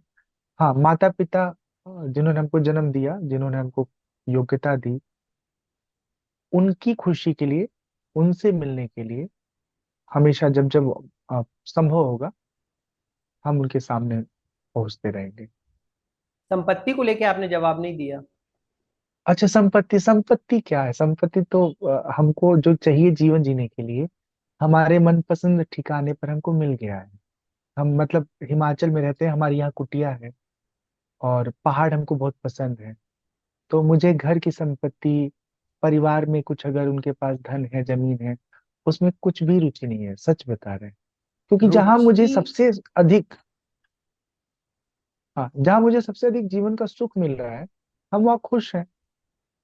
मतलब माता पिता से कुछ मांगना ही नहीं है मुझे। माता पिता के पास जो कुछ है, एक हमारा छोटा भाई है, तो वो माँ बाप के पास रह रहे हैं, माँ बाप की सेवा कर रहे हैं। तो जो माता पिता की सेवा कर रहे हैं उनके पास जो कुछ है वो उसका देखभाल करेगा, उसका उपयोग करेगा। और सेवा हम भी माता पिता की करेंगे। हाँ, जब कभी ऐसा लगे कि माँ बाप को मेरी जरूरत है तो उनको अपने पास बुला लेंगे, कभी उनके पास चले जाएंगे। जानते हैं सबसे बड़ी संपत्ति क्या है चंद्र प्रकाश जी? सबसे बड़ी संपत्ति है जीवन में सुख का अनुभव। संबंध का ठीक ढंग से आपके जीवन में बने रहना। माँ बाप है, उनको मैं सुख देता रहूं, उनके खुशी के लिए प्रयत्न करता रहूं। वो ये समझे कि हमारा बेटा जहां भी है, जिस भी स्थिति में बेहतर है, अच्छा कर रहा है, वो हमको अपना बेटा समझे। हम अपने पुत्र, अ, जो जो हम उनके पुत्र हैं, जो मेरी पुत्रवत जो जिम्मेदारी है उसका मैं निर्वाह करूं, यही बहुत है। बाकी लौकिक संपत्ति में कोई बहुत रुचि नहीं है हमारी। स्वामी जी, आध्यात्म क्या है? जीवन में क्या महत्व रखता है ये?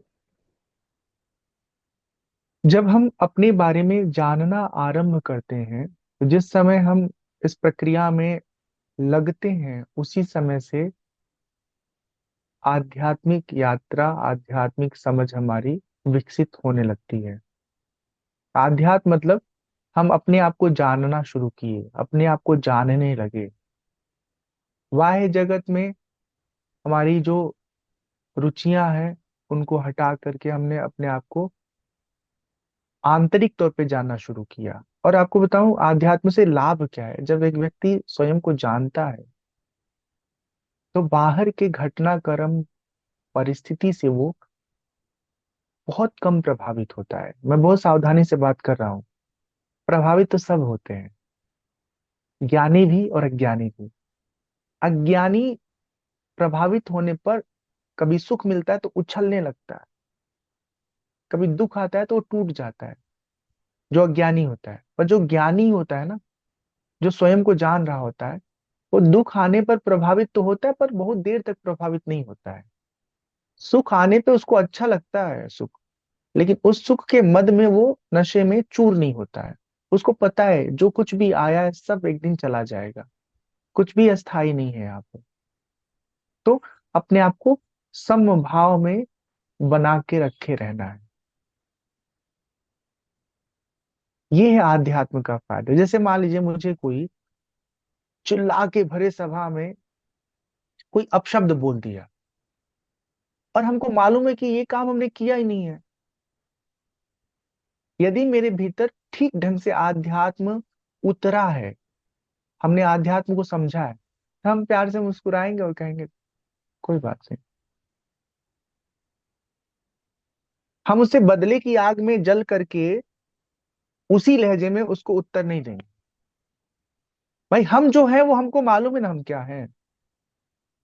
जैसे मान लीजिए मेरा नाम है डिजिटल बाबा, कहीं छप गया किसी अखबार में कि डिजिटल बाबा ने अ, बहला फुसला के 10 लाख की अपने एक भक्त से ठगी कर लिया। हमको मालूम है ना कि ठगी हमने नहीं किया है, किसी ने किया है। नाम मेरा छप गया तो क्या हो गया, अपराधी हम तो नहीं हो गए ना। और जो लोग मुझे जानते हैं वो भी इस बात पर भरोसा रखेंगे कि ये आदमी ऐसा है ही नहीं कि जो इस तरह के अपराध को अंजाम दे। यदि हमको कोई सभा में अपमानित कर रहा है तो मुझे तो मालूम है ना कि मैं अपमान का पात्र नहीं हूं। या तो गलत फहमी में हमको अपमानित कर रहा है, या किसी के बहकावे में अपमानित कर रहा है, या खुद की कुंठा से प्रभावित होकर के वो हमको बुरा भला बोल रहा है। आप सोचिए कि आपकी अगर ऐसी स्थिति हो जाए कि कोई कुछ भी कहे, आप उससे प्रभावित न हो, बस मंद मंद मुस्कुराते हुए अपनी जीवन यात्रा जारी रखें। आप समझते कितनी बड़ी उपलब्धि है ये। कोई हमें दुखी कर ही नहीं सकता। हम दुखी अपने परिस्थिति से कम होते हैं और दूसरे की आरोपित की हुई मनस्थिति से ज्यादा होते हैं। चारों तरफ मेरे बारे में क्या बातें हो रही हैं ये सुन सुन के हम परेशान हो जाते हैं। यदि कोई व्यक्ति ये अपने आप को समझा ले कि चाहे जिसको जो कहना है कहे, मैं निजी तौर पर जीवन में कोई गलती नहीं करता हूं, इसलिए हमको कुछ भी फर्क नहीं पड़ता। किसी को जांच करना है कर ले, हम जैसे वैसे ही तो निकलेंगे। आध्यात्म हमको हमारी अच्छी समझ कराता है। और फिर बाहर के उच्च आवाज, उतार चढ़ाव, छीटाकशी, इधर उधर की बातों में जो हमारे बारे में चर्चाएं होती हैं, या कोई कुछ कह देता है, या कोई कह दिया अरे तुम तो बड़े काले हो, तुम तो बड़े मोटे हो गए हो, तुम तो बड़े मूर्ख हो। हाँ, अगर कोई आध्यात्मिक व्यक्ति है ना तो अंदर से खुश होगा, प्रसन्न रहेगा। आप जिसको भी बोल रहे हो वो हम नहीं है। और जो हम है उसे आप न देख सकते हो, न छू सकते हो, न पकड़ सकते हो, न समझ सकते हो। खुश रहेगा। ये बहुत ऊंची स्थिति की मैं बात कर रहा हूँ। हाँ, बात भले कर रहा हूं लेकिन अभी भी हम उस अवस्था में पहुंचे नहीं है। मतलब सही बात कर लेना एक अच्छी बात है, लेकिन उस हम्म। बात को अपने जीवन में घटा लेना ये बहुत बड़ी बात है। ये होने में बहुत वक्त लगता है, कभी कभी 2 साल, 10 साल, 20 साल, कभी कभी कई जीवन लग जाता है। तो कुल मिला के अच्छी चीजों के बारे में बातें होनी चाहिए और वैसा ही मेरा जीवन हो जाए, इस कोशिश में व्यक्ति को लगे रहना चाहिए। बाकी कभी अभी कोई बेमन की बात कर देता है तो गुस्सा हमको भी आ जाता है। हाँ, हमारे अंदर भी ये बहुत बड़ी कमी है कि हम बहुत जल्दी आवेश में भर करके कठोर भाषा में अपनी प्रतिक्रिया दे देते हैं। ये हमारी सबसे बड़ी कमी है। इसको मैं अपने जीवन से दूर करना चाहता हूँ, लेकिन नहीं दूर हो रहा है। और मुझे मालूम है कि ये ऐसा होता क्यों है।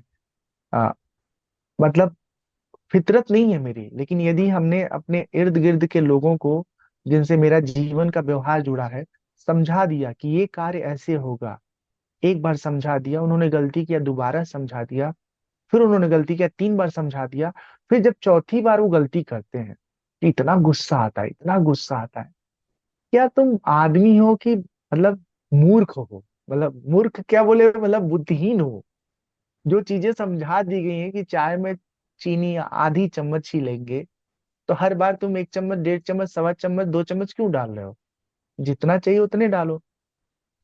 अच्छा, आपको बताता हूँ एक इंटरेस्टिंग बात क्या है। हमारी जो सबसे बड़ी कमी है ना, हम अपने वर्तमान में नहीं रहते हैं। हम चीजों को ठीक से समझ के उसको उस पैमाने में स्टोर नहीं करते हैं।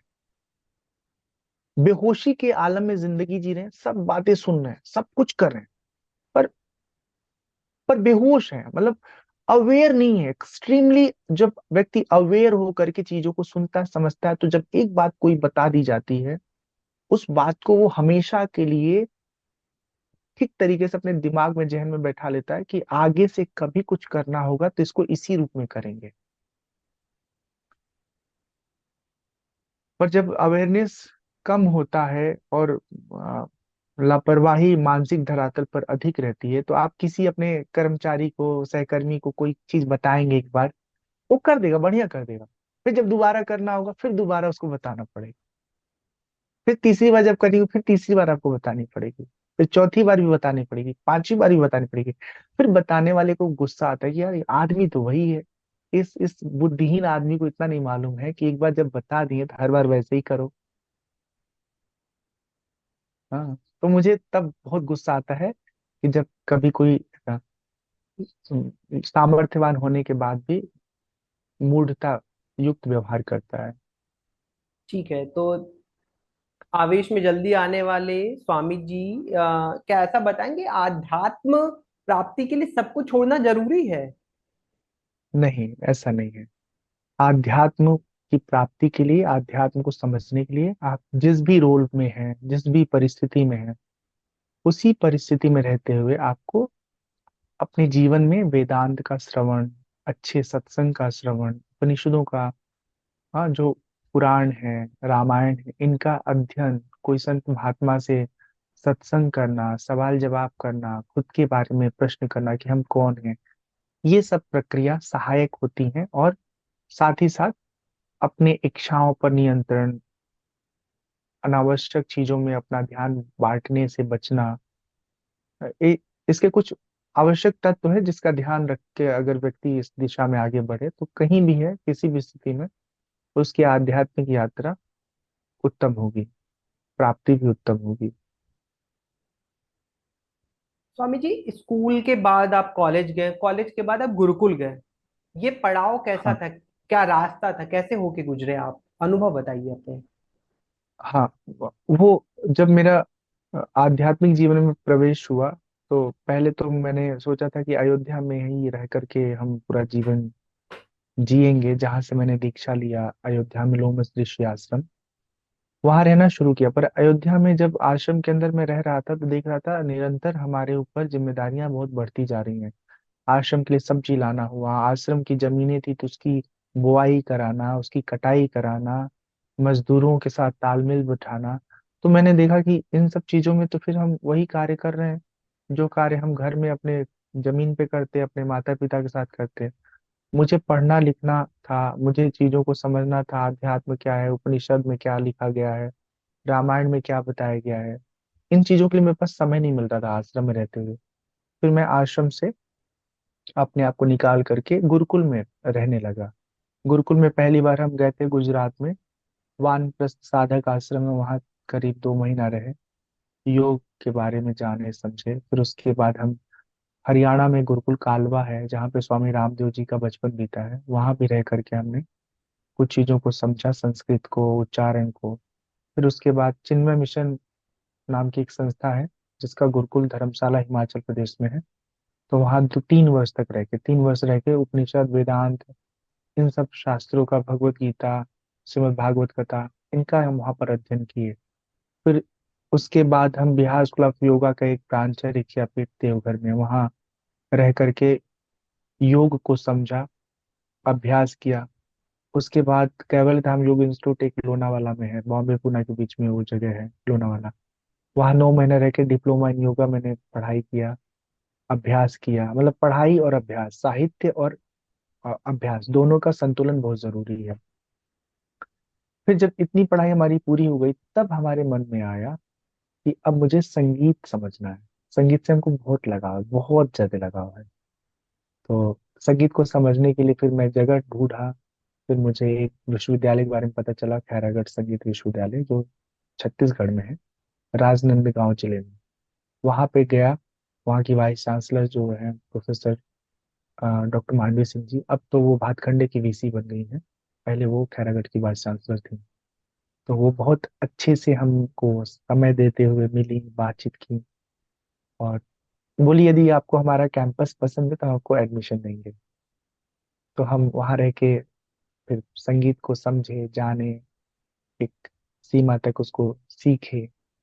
और मैं जीवन भर उस संस्थान का आभारी हूँ जो हमको वातावरण मिला उस संस्थान से, उसके एक प्रभाव में, उसके प्रभाव से हमारा जो गायन का जो सामर्थ्य है, योग्यता है, उसमें बहुत बहुत विकास हुआ। बहुत उसमें भाव पक्ष, सौंदर्य पक्ष, सामर्थ्य पक्ष उसमें शामिल हुआ। तो गायन में तो हम बहुत कुछ नहीं गा पाते, जैसे गायन की बहुत सारी विधाएं हैं, गजल है, ठुमरी है, बड़ा ख्याल है, छोटा ख्याल है, तराना है, हाँ, उतना नहीं गा पाते। लेकिन ये है कि भाव से भर करके और शुद्ध उच्चारण के साथ, सुर में, ताल में भजन अच्छा गाते हैं, चौपाई अच्छा गाते हैं। और इसी कारण लोगों को पसंद आता है हमारी कथा, प्रवचन, भागवत। फुर्सत के समय में क्या करते हैं आप? पढ़ाई करते हैं, बहुत सारे जो अभी तक के ग्रंथ हमने पढ़ रखे हैं उनका पुनः अवलोकन करते हैं, पुनरावृत्ति करते हैं। उसके अलावा जो हमारे प्रवचन के वीडियोस होते हैं, समय मिलने पर उनको एडिट करते हैं। कभी कभी एडिशनल कुछ मोटिवेशनल वीडियोस भी शूट कर लेते हैं। क्योंकि मेरे पास कोई मैनेजर नहीं है, कोई कुक नहीं है, तो अपना स्वयं अपने हाथ से भोजन बनाना होता है। घर में पोछा भी खुद ही लगाते हैं। जिस जगह में रहते हैं वहाँ भगवान शिव का मंदिर है, तो समय समय पर उनकी मंदिर की जो सफाई है, स्वच्छता है, उसका भी ध्यान रखते हैं। मतलब अभी 15 साल की इस यात्रा में मेरे आसपास, चाहे संगठनात्मक तरीके से या कोई व्यक्तिगत तरीके से, किसी भी ढंग से मेरे जीवन में कोई सहयोगी नहीं है। जो भी कुछ मैं कर रहा हूँ वो आत्मनिर्भर भूमिका में कर रहा हूँ। तो अच्छा लगता है, सुख है इसमें। और अ, किसी तरह का कोई दायित्व बोध नहीं रहता है कि ये खर्च कहाँ से आएगा, वो खर्च कहाँ से आएगा। खर्च ही नहीं है, एक एकल जीवन में बहुत सामान्य सा खर्च है, तो उस बारे में कोई किसी तरह का तनाव या फिक्र होता ही नहीं है। मूवीज देखते हैं आप? नेटफ्लिक्स? हाँ हाँ, देखते हैं। ओ, हाँ, नेटफ्लिक्स भी रिसेंट देखते कौन सी हैं, देखी अमेजन आपने? प्राइम। हमने अभी देखा एक मूवी बना था, अ, गुजरात में एक साधु हुए, मतलब एक परंपरा हुई जिसमें कुछ साधु होते थे। मुझे नाम नहीं महाराज, महाराज, महाराज है, हाँ, महाराजा। चरण, मुझे बहुत, चरण वंदन वाली? हाँ हाँ, नहीं, चरण, मुझे बहुत, चरण पूजन कुछ ऐसी थी। चरण चरण सेवा, सेवा। चरण सेवा। हाँ, बहुत बहुत बड़ा वो कलंक है हमारे समाज पर, समझिए कि उसमें वो रियल घटना है, उस पे आधारित है कि जब कोई नवविवाहिता की शादी होती थी तो पहले पहले वो महाराज के चरण सेवा के लिए आती थी। तो ऐसे तो वो चरण सेवा करने आ रही है, तो थोड़ा बहुत चरण दबा दो, कुछ उनको खाना खिला दो, हाँ उनका आशीर्वाद लो, यहाँ तक तो एक्सेप्टेबल था। लेकिन उनके साथ वो शारीरिक संबंध बनाते थे जबरदस्ती, और उस घटना को श्रद्धा से जोड़ करके उसको एक परंपरा बना दिया गया था। तो किसी भी धर्म में जो जो गलत अ, परंपराएं हैं या गलत चीजें हुई हैं, उसको कभी महत्व नहीं देना चाहिए, उसको कभी सही नहीं ठहराना चाहिए। हाँ, तो जब कभी कोई ऐसा विषय, गंगूबाई देखा मैंने, बड़ा अच्छा लगा मुझे। हाँ कि अच्छा ये लगा कि हम जिसको समाज में ना चंद्रप्रकाश सबसे हेय देखते हैं, जैसे जो सेक्स वर्कर हैं उनको समाज में इज्जत नहीं मिलता है। मैं गंगूबाई से पूरा कनेक्ट करके बात नहीं कर रहा हूँ, मैं थोड़ा सा कोरिलेट करके बात कर रहा हूँ, क्योंकि कुछ कुछ जीवन शैली एक जैसी ही है दोनों की। गंगूबाई का जो ट्रेडिशन है उसमें एंटरटेनमेंट करना, मनोरंजन करना उनके कार्यशैली का एक अंग था। और बाकी दूसरे जो जो दूसरे सेक्स वर्कर्स के काम थे, उस वो भी उसके कार्य में शामिल था। ठीक है। तो सेक्स वर्कर को जो है हम रिस्पेक्ट नहीं देते हैं, उनको बहुत घृणित रूप में देखते हैं। पर ये मान लीजिए ना कि अगर वो ना होना, तो समाज का एक बहुत बड़ा वर्ग बहुत क्रूर हो जाएगा। पिछले दिनों बंगाल से एक वीडियो वायरल हुआ था, एक सेक्स वर्कर ने कहा कि तुम रेप क्यों करते हो, तुमको अगर शरीर की जिस्मानी और इंद्रिय जन्य तुमको शारीरिक सुख चाहिए, तो तुम्हारे लिए सेक्स वर्कर है ना, पे करो और जाओ अपनी भूख मिटाओ। किसी किसी के साथ जबरदस्ती तुम उसका शोषण करते हो, उसके साथ क्रूरता करते हो, अत्याचार करते हो, उसकी जिंदगी चौपट करते हो। ये तो बहुत ही बहुत ही खराब बात है ना। तो बातें तो बहुत सारी हैं, समय समय पर चीजें इंटरलिंक होती रहती हैं। क्योंकि फिल्म देखने की बात आपने पूछी, तो उन्हीं बातों से बातें चल पड़ी। सूर्यवंशम मेरा फेवरेट फिल्म है, बहुत प्यारा फिल्म है सूर्यवंशम। बहुत लोगों का फेवरेट होगा। मुझे ठीक से याद है, पहली बार मैंने फूल और कांटे देखा था। तुझे देख मेरा दिल धड़का, मेरी जान, ऐसे करके है ना गीत उसमें, याद है मैंने आपको? सुना नहीं नहीं। हाँ, अजय देवगन की शायद पहली फिल्म थी फूल और कांटे, अच्छी फिल्म अच्छा। थी। हाँ। तो सब कुछ जीवन में जरूरी है, बस सीमा तय होना चाहिए, समय तय होना चाहिए कि कब क्या कैसे। मेरा एक बहुत कठोर नियम ये है कि जिस काम को हम करेंगे, जब करेंगे, उस काम को केवल करेंगे। मतलब पढ़ेंगे तो केवल पढ़ेंगे, घूमेंगे तो घूमेंगे, भोजन करेंगे तो फिर भोजन करेंगे, फिर फोन पे बात नहीं करेंगे। मतलब खिचड़ी पसंद नहीं किसी है बेसिकली आपको लाइफ में। एकदम नहीं पसंद है, एकदम नहीं पसंद है। मतलब आप इन्वॉल्व तो रहिए, अगर आप भोजन में, चूंकि बात चली तो मैं कह देता हूँ, आप कभी ना सब कुछ छोड़ करके भोजन कीजिएगा। सब कुछ छोड़ के, मतलब थॉट, सोचना विचारना, फोन, एंटरटेनमेंट, विजुअल कुछ भी मत देखिए, सिर्फ भोजन के साथ कनेक्ट करिए खुद को। उस भोजन में जो रस की निष्पत्ति आपको अनुभव होगी ना, जो आनंद मिलेगा, वो अद्भुत, वो जीवन को पूरा मतलब आनंदित कर देगा, पौष्टिकता से आपको मतलब परिपूर्ण कर देगा। लेकिन हो क्या रहा है कि हम लोग भोजन तो कर रहे हैं, पर उस भोजन में इन्वॉल्व नहीं है। हम किसी प्रिय से मिलना तो चाहते हैं, पर जब मिलते हैं तो उसमें भी हमारा अटेंशन कहीं ना कहीं डाइवर्ट होता है। अपने अपने किसी प्रिय साथी से मिलके साथ में चाय पी रहे हैं, पर वो फोन पे लगे हुए हैं, वो भी फोन पे लगा हुआ है। मिले क्यों भैया? फोन पे ही मिल लिए होते हैं, बात कर लिए होते हैं। घर में आप आ गए हो, फिर घर में आने के बाद भी आप क्या कर रहे हो? बाहर वालों से कनेक्ट कर रहे हो खुद को। भाई, दिन का 8 घंटा 10 घंटा आपने दे दिया ना समाज को, जॉब को, ऑफिस को, फ्रेंड्स को, कर्मचारी को। अब आप शाम को घर पे आ गए हो 8 बजे 9 बजे, तो शाम 8 बजे से रात 8 बजे से लेकर सुबह 8 बजे तक, जब तक आप घर पे हो, घर में रहो, माँ के साथ रहो, पत्नी के साथ रहो, बच्चों के साथ रहो। हाँ, ऐसे करो। लेकिन हम लोग सब जगह मतलब कहते कब सब जगह सब कुछ फैला रखे हैं। एक एक दूसरे के हिस्से में हम अतिक्रमण कर रखे हैं। मतलब घर का जो समय होता है उसमें हमने बाहर के समय को अ, शामिल कर लिया है, बाहर के समय में हम फिर घर के समय को शामिल कर लिए हैं। ऑफिस में बैठे हैं, होम सिकनेस में फंसे पड़े हैं, करना था काम लेकिन प्रेमिका से चाहे पत्नी से फंसे पड़े हैं, बतियाए जा रहे हैं, काम पेंडिंग में जाता चला जा रहा है। फिर तो बहुत बुरी स्थिति हो जाएगी।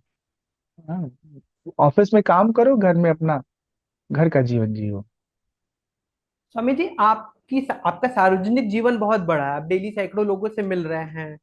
तो आमतौर पर जैसे हमसे कोई बड़ा मिला, कोई लड़की मिली, तो ज्यादा रिस्पेक्ट में हम दीदी बोल देते हैं। कोई शादीशुदा दिख हाँ, रही है तो हम भाभी बोल देते हैं। कोई थोड़ी बूढ़ी दिख रही है तो अम्मा बोल दिए, माता जी बोल दी, दादी बोल दिए। आप ऐसे अब शब्दों बराबर की कोई मिल गई तो हाँ, बराबर की कोई मिली तो बहन बोल दिए। हाँ, हाँ, बराबर ऐसे की कोई होता है मिली तो मतलब। बहन बोल दिए। तो आप अपने दिनचर्या में, ऐसी लाइफ में आप कैसे शब्दों का प्रयोग करते हैं? संबोधन के लिए क्या बेटा बोलते हैं, वस्त बोलते हैं, तथास्तु, क्या कैसे चीजों का प्रयोग करते हैं, कैसे शब्दों का? अब सब कोई तो मेरा बेटा नहीं हो सकता ना। अब जो हमारे बाप का उम्र है उसको कैसे बेटा बोल सकते हैं? हाँ जी। जो हमारी उम्र का है उसको कैसे बेटा बोल सकते हैं? नहीं बोल सकते ना। और फिर बिहेव अप्रोच बहुत चेंज हुआ है। अगर हम अपने बराबर के लड़की को अगर बेटी बोल दी है और वो कहीं पढ़ी लिखी है, तब आग से कहेगी किस धरातल पे आप हमको बेटी बोल रहे हो? हाँ, मुझे याद है एक घटना मैं सुना रहा हूँ। हमारे गुरुकुल के दौरान एक पोस्ट ऑफिस हुआ करता था, तो कभी कभी कोई चिट्ठी आती थी, कोई पार्सल आता था, तो हम लोग जाते थे पोस्ट ऑफिस में। हम्म। वहाँ एक देवी जी थी जिनकी उम्र उस समय रही होगी करीब 28-30 वर्ष, जब हमारी उम्र जो है 20-21 साल रही होगी। तो एक दिन उन्होंने कहा, देखिए स्वामी जी, कितनी गलत बात है, आपके गुरुकुल में जितने भी ब्रह्मचारी हैं सब हमको अम्मा कहते हैं, बताइए हम अम्मा लगते हैं? हम कहे नहीं अम्मा। क्या? क्या आप कह रहे हैं? हम कहे नहीं, मतलब आप नहीं अम्मा लगती है, लेकिन मेरे मुंह से भी अम्मा निकला। हाँ, तो उस समय हम लोग गुरुकुल में जो भी महिलाएं मिलती थी अम्मा ही उनको कहते थे, कम उम्र की हो चाहे ज्यादा उम्र की हो। पर जब व्यवहार करने लगे तब हमको समझ में आया कि आप आज के दौर में अगर सबको अम्मा बोलोगे, सबको दीदी बोलोगे, तो थोड़ा सा कुछ लोग बुरा भी मान जाते हैं। व्यवहार करना तो व्यवहार के जो तरीके हैं उसी के हिसाब से कीजिए। कोई हमसे उम्र में बड़ा है तो बाबूजी बोल देते हैं, बड़े हैं हमसे बहुत बड़े हैं, 50-55 साल, तो अम्मा बोल देते हैं। अगर कोई हमसे 10 साल 8 साल बड़ा है, भैया बोल देते हैं, उनकी पत्नी को भाभी बोल देते हैं। कोई हमारे उम्र के आसपास है तो उनको नाम लेके बोल देते हैं। हम्म, कोई बहुत छोटी है, लड़की लड़का, तो उसको बच्चा बोल देते हैं। अब बहुत सारे लोग कहते हैं कि आप बहन क्यों नहीं-" जैसे एक हमारी परिचित है वंदना जी, तो एक दिन उनके कमेंट पे हमने कुछ बोला, तो किसी ने कहा आप दीदी भी तो बोल सकते हैं। अरे भाई, हमारे उम्र की है, कैसे दीदी बोले? मित्र भी तो हो सकती है। सब कोई दुनिया भर में दीदी है हो क्या? जरूरी है? और दीदी होना, बहन होना, ये जो संबंध है, कोई खिलवाड़ है। कोई हमको भैया कह रहा है यार, कोई लड़की हमको भैया कह रही है, मुझे प्रॉब्लम नहीं है। लेकिन यदि हमने अपनी आंखों के सामने उसको कुछ उल जुलूल बिहेव करते हुए देखा और घींच के दो थप्पड़ मारा कि क्या कर रही हो तुम, यही करना है, इसी के लिए तुम जन्म ली हो, तो बहन बताओ कितना कितना बर्दाश्त करेगी हमारी बात? अपनी बहन नहीं बर्दाश्त करेगी, दूसरे की क्या करेगी? तो रिश्ते बनाइए, रिश्ते बनाने में कोई आपत्ति नहीं है, लेकिन रिश्ते वही बनाइए जो आप निभा सकते हैं। हाँ, जैसे हमको बहुत सारी अम्मा लोग जो है, बड़ी बड़ी उम्र की अम्मा बेटा कहती हैं, माँ बेटा, माँ बच्चा। हम कहे अम्मा इसे मत बोलो बेटा, बाबा ही बोलो चलेगा। हाँ, और बेटा बोलना है तो जैसे अपनी प्रॉपर्टी, अपनी सेविंग, अपना सैलरी जो रखी हो ना, उसमें से एक हिस्सा हमको भी चाहिए। आपके 2 बच्चे हैं तो अब 3 हिस्से लगेंगे। मुंह एकदम सूख जाता है, सच बता रहा हूँ। हम्म, मतलब संबंध बनाओ तो निभाओ। अब कहोगे कि आप निभाएंगे, हम निभाएंगे, बिल्कुल निभाएंगे। आप हमारी माँ बन के रहोगी, हमारे पास रहोगी, हम जो खाएंगे वही आपको खिलाएंगे। जैसे हमारी अम्मा हमें बना के खिलाती है, वैसे आप भी हमें बना के खिलाइए। बाहर से सब साग सब्जी लेके चले आएंगे, जब आप वृद्ध हो जाएंगे तो हम आपकी सेवा कर देंगे। तो थोड़ा हम बातचीत में थोड़ा शरारती व्यवहार करते रहते हैं। हाँ, और कई बार मेरे बातचीत को सुन के ऐसा भी लगेगा कि आदमी क्या बोल रहा है, कैसे बोल रहा है। तो हंसी मजाक सब जीवन का हिस्सा है, और हंसी मजाक में ही कभी कभी व्यक्ति धीरे से वास्तविक बात भी कह जाता है। संबंध बनाइए, संबंध बनाए रखना चाहिए, लेकिन संबंध के जो अपने अ, मांग है ना, उस मांग को भी निभाना हमारा फिर कर्तव्य है। स्वामी जी, हम बातचीत के आखिरी दौर में हैं। ये बातचीत खत्म करने से पहले आपका कोई प्रिय भजन सुनना चाहेंगे? बिल्कुल। जी। अरे मना समझ समझ पग धरिए, अरे मन इस जग में नहीं अपना कोई, परछाई सो डरिए, अरे मना समझ समझ पग धरिए, दौलत दुनिया कुटुंब कबीला, दौलत दुनिया कुटुंब कबीला, इन सोनेहा कबहु न करिए, राम नाम सुख धाम जगत पति, सुमिरन सो भव तरिए, अरे मन समझ समझ पग धरिए, अरे मन समझ समझ पग धरिए, अरे मना समझ समझ पग धरिए। बहुत मधुर, शहद घुल गया जैसे। बहुत प्यारी आवाज है आपकी। तो हम बातचीत को यहीं खत्म करते हैं। लगभग हमने वो सारे मुद्दे पे बातचीत करने की कोशिश की जो समाज में जरूरी है, और जिस पे हमें एक अच्छी गाइडेंस की नीड है, कि जो अनुभव करके इंसान बताता। एक पढ़ के हम सुनते हैं चीजों को, और एक अनुभव। तो ये अनुभव की बातचीत रही। लंबी जी। बातचीत थी, अच्छी बातचीत थी, और बहुत ज्ञानवर्धक बातचीत थी। जी। आपका बहुत बहुत धन्यवाद स्वामी जी। आपको भी बहुत धन्यवाद। आपने एक विस्तृत बातचीत की, जिसमें जितनी बातें हम बता सकते थे वो सब बातें करीब करीब शामिल हुई। ढेर सारी शुभकामनाएं। हमेशा सुखी रहिए, आनंदित रहिए। सीताराम।